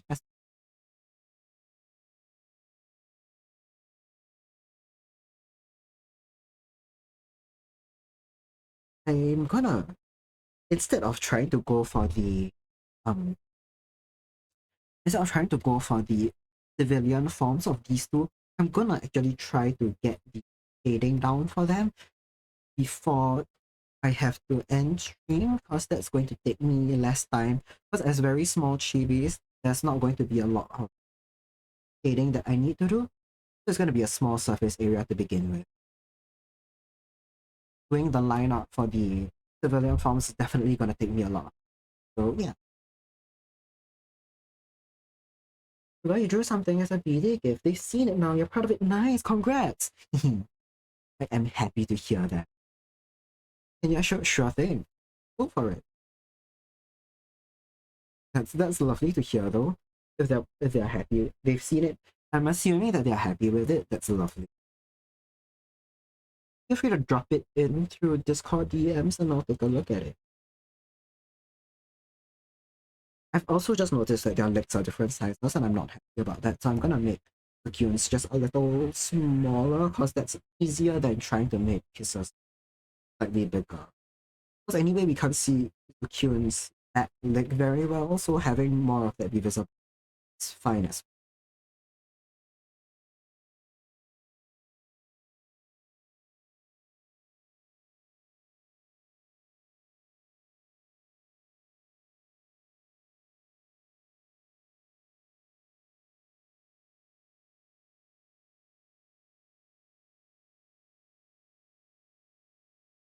I'm assuming, okay, DM, I'm assuming Discord. Let me pull that up real quick.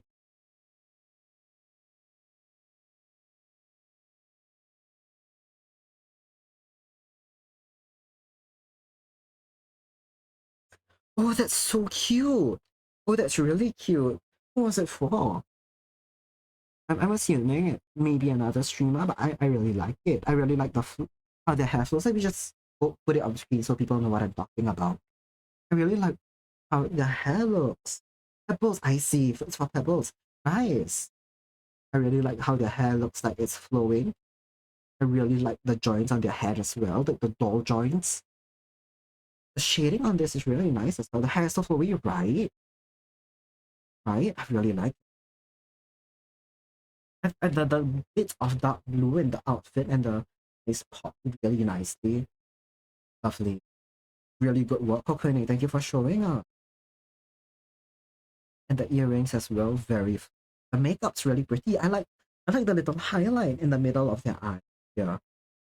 Ooh, I've just noticed as well, zooming in closer. It is very pretty. There's a bit of a yellow outline on their pupils, and that's really cute. It's this bit of detail on their sleeves also, going into like the thinner point on their sleeves. I think it's a really nice detail. And like it's a really like well executed one in terms of how the shapes walk around the path of the sleeve, and it gives it that sense of like depth, right? Because it all tapers into the sleeve. Oh, I've made a mark on it. My bad. Yeah, thank you so much for showing us. Really pretty. Mm, Huge fan of this. You work really hard. I can tell. It's gorgeous beats.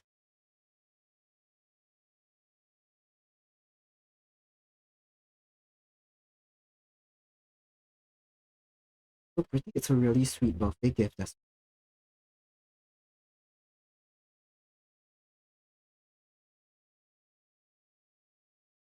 Mm. And I'm also happy you're proud of it. But that's always a really nice feeling to be proud of your own artwork. And this is a banger. Absolutely should be proud.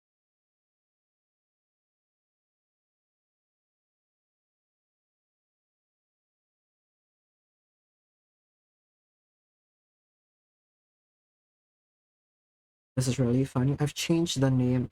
I've slightly altered some of my time messages when I added in the artist alley one, because I thought some of them were just a bit too long. I didn't like how they were phrased. And now that more people are joining my Discord, some of which I won't, it's not that they're not friends, it's just that I don't want people to get too comfortable thinking of me as a friend, especially if we don't talk very much, right? I've changed Kuva and friends in Discord to Kuva at all because I can. Just, I consider a lot of people in the Discord friends. It's just to make sure people don't get parasocial.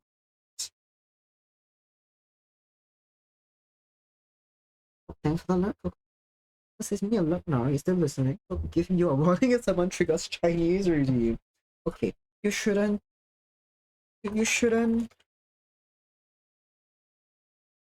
You shouldn't bring it up, Kokone. It almost makes it sound like you want someone to redeem Chinese. Not Savannah at all. Why not? You don't want to be part of my academic writing circle. You don't want to be a co-author on the Kusam on the stream. someone is asking for it, like, I'm not saying she's asking for it, but I'm saying if you don't want someone to redeem it, you don't need to bring it up, right? It's like how on Chinese really not used for bullying apparently. Exactly, exactly. And you've contributed, you have though. I'm glad you know your crimes. What am I gonna attach your name to? Right, I spoke a sentence and I forgot. No, it's like how sometimes when Okina's like, wow, no one's joined my nose in a long time. That helps people remember, and then people join her nose because she brought it up. That's what I was about to say, right? Like if you really didn't someone to redeem Chinese, you would very quietly leave without bringing it.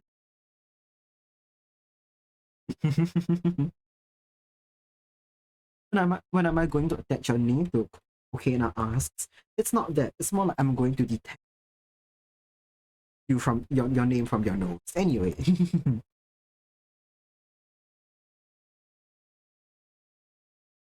need to mentally prepare as you're also listening to a presentation. I see. You're so funny. Maybe you should stop listening to me. I hope that's not a particularly important presentation, because if it is, please don't be. Please, babe.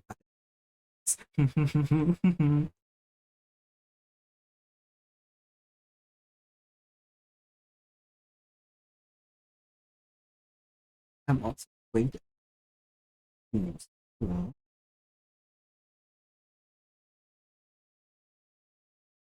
oh, I forgot to cover one bit of it is white as well. I'm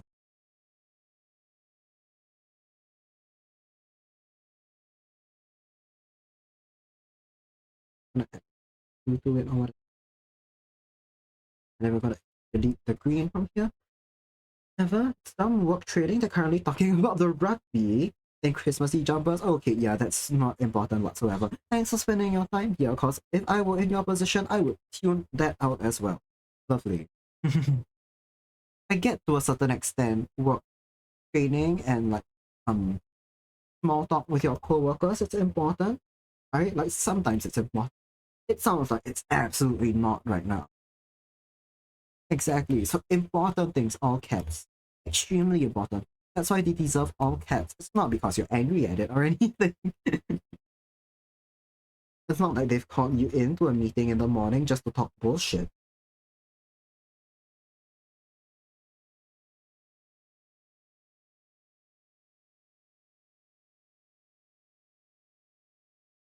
VIT? I don't think. You cannot confirm. You cannot conform. You hate rugby sports.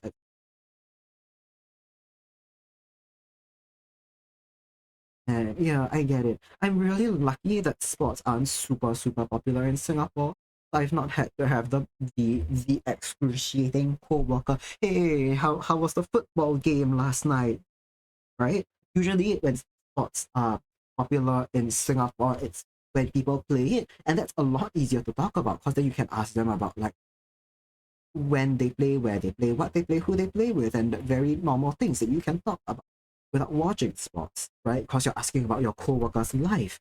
And then when you're talking about watch sports and you don't watch sports, that's obvious. I'm just lucky in Singapore, it's not like a thing. And it's a lot easier to talk about, like when people do sports.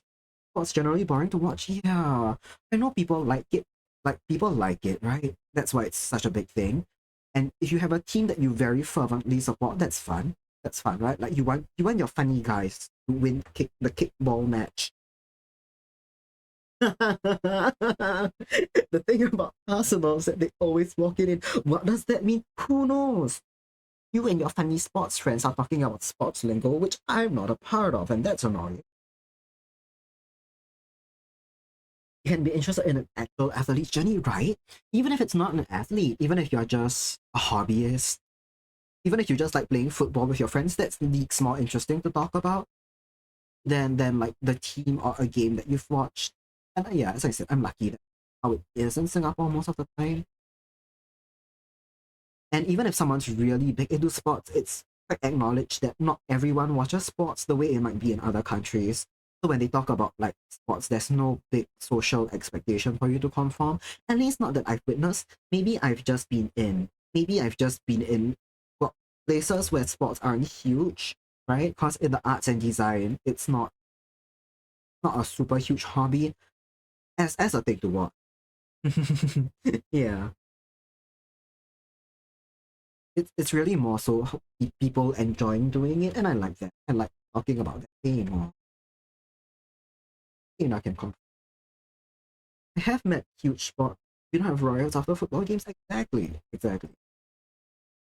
Especially when it comes to Southeast Asia stuff, like no one is super big on their own team. Sometimes after a match, you get huge memes about it. Then there'll be people who very kindly explain memes to people who didn't watch them, because no one watched.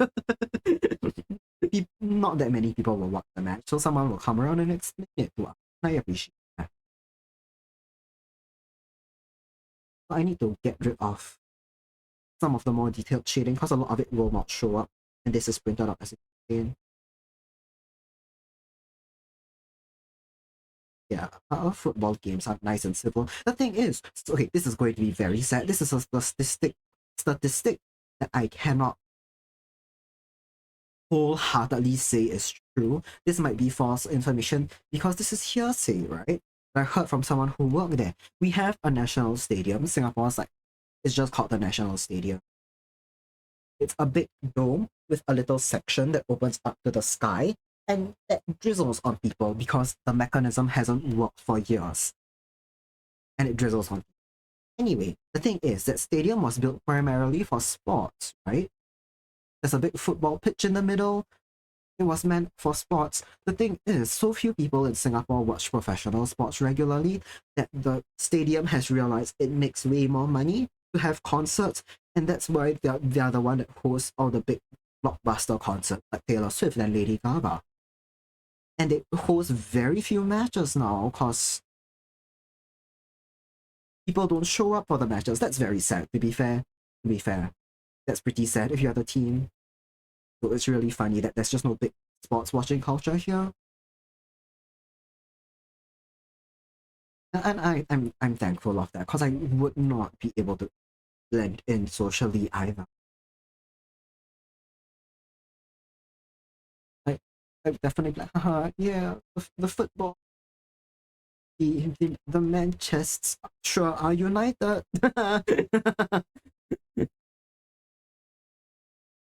Wow, the World Cup.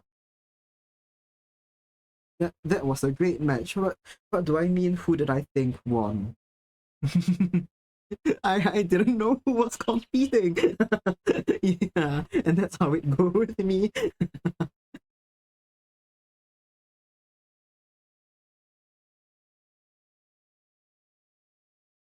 Yeah, I don't watch that much sports. You guys know. I've spoken about it. Now, I watch the Olympics occasionally. Occasionally, I like to watch diving. Can't tell you why. I just like to watch diving and synchronized swimming. Those are fun, aren't they? Gymnastics are always fun to watch as well because it's really flashy. So is the figure skating. Right? Let's be so honest. I like the flashy sports because those are the ones that I don't need to have a very deep. Wow, that car was loud. Deep technical understanding. The home view has improved so much from when sports started. That's true. That's true. Now I've heard there's I've heard there's technology and stuff that like can track where the ball is, and you don't have to have one guy desperately swiveling the camera around. I only know about this, right? Because there's this funny video where the auto ball tracker focuses on a referee's ball pit instead of the ball. Anyway, home viewing capabilities that do, right? Because now you don't have to pay like $60 or whatever just for one channel that plays 50 spots, but you only want to watch one spot. I think that's something people were talking about. I don't know. I don't watch that, but that's really good. Oh, this is fun. I've also heard about this statistic. Um, Disney Plus sales in Asia dropped. I think last year going on to this year, or this year going on to the next, because they lost the rights to play cricket, and the huge cricket audience in Asia just no longer needs Disney Plus. But yeah, I don't remember what year it was, if it was recent or not. Yeah, like half of the reason why the sales dropped is because they lost the right. it, and I find it so funny.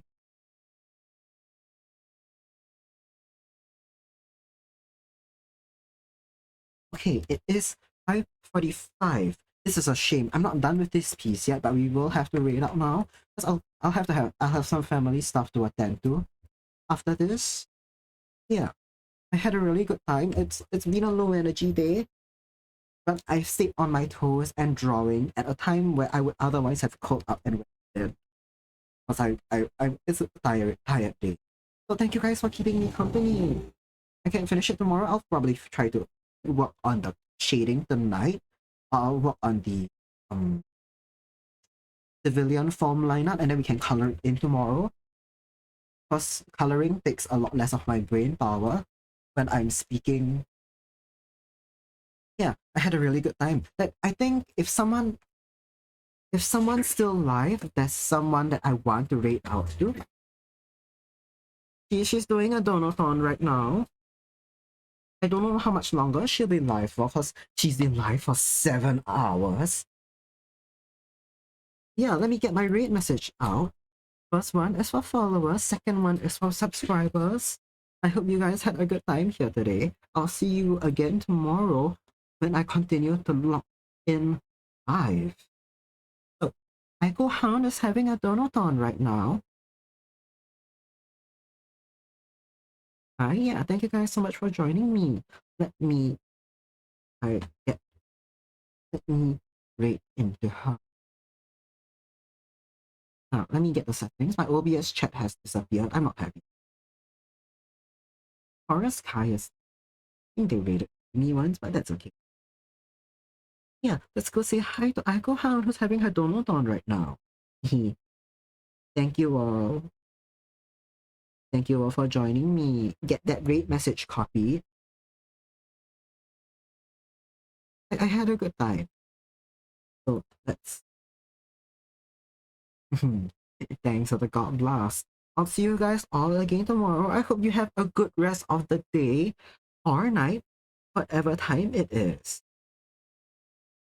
It's Echo Hound's affiliate anniversary and her donathon, so get ready to congratulate her on that. And I'll see you guys all again tomorrow. Thank you again, Haunted Lemonade, for the raid. Thank you all for joining me. Oh, fuck! Fuck!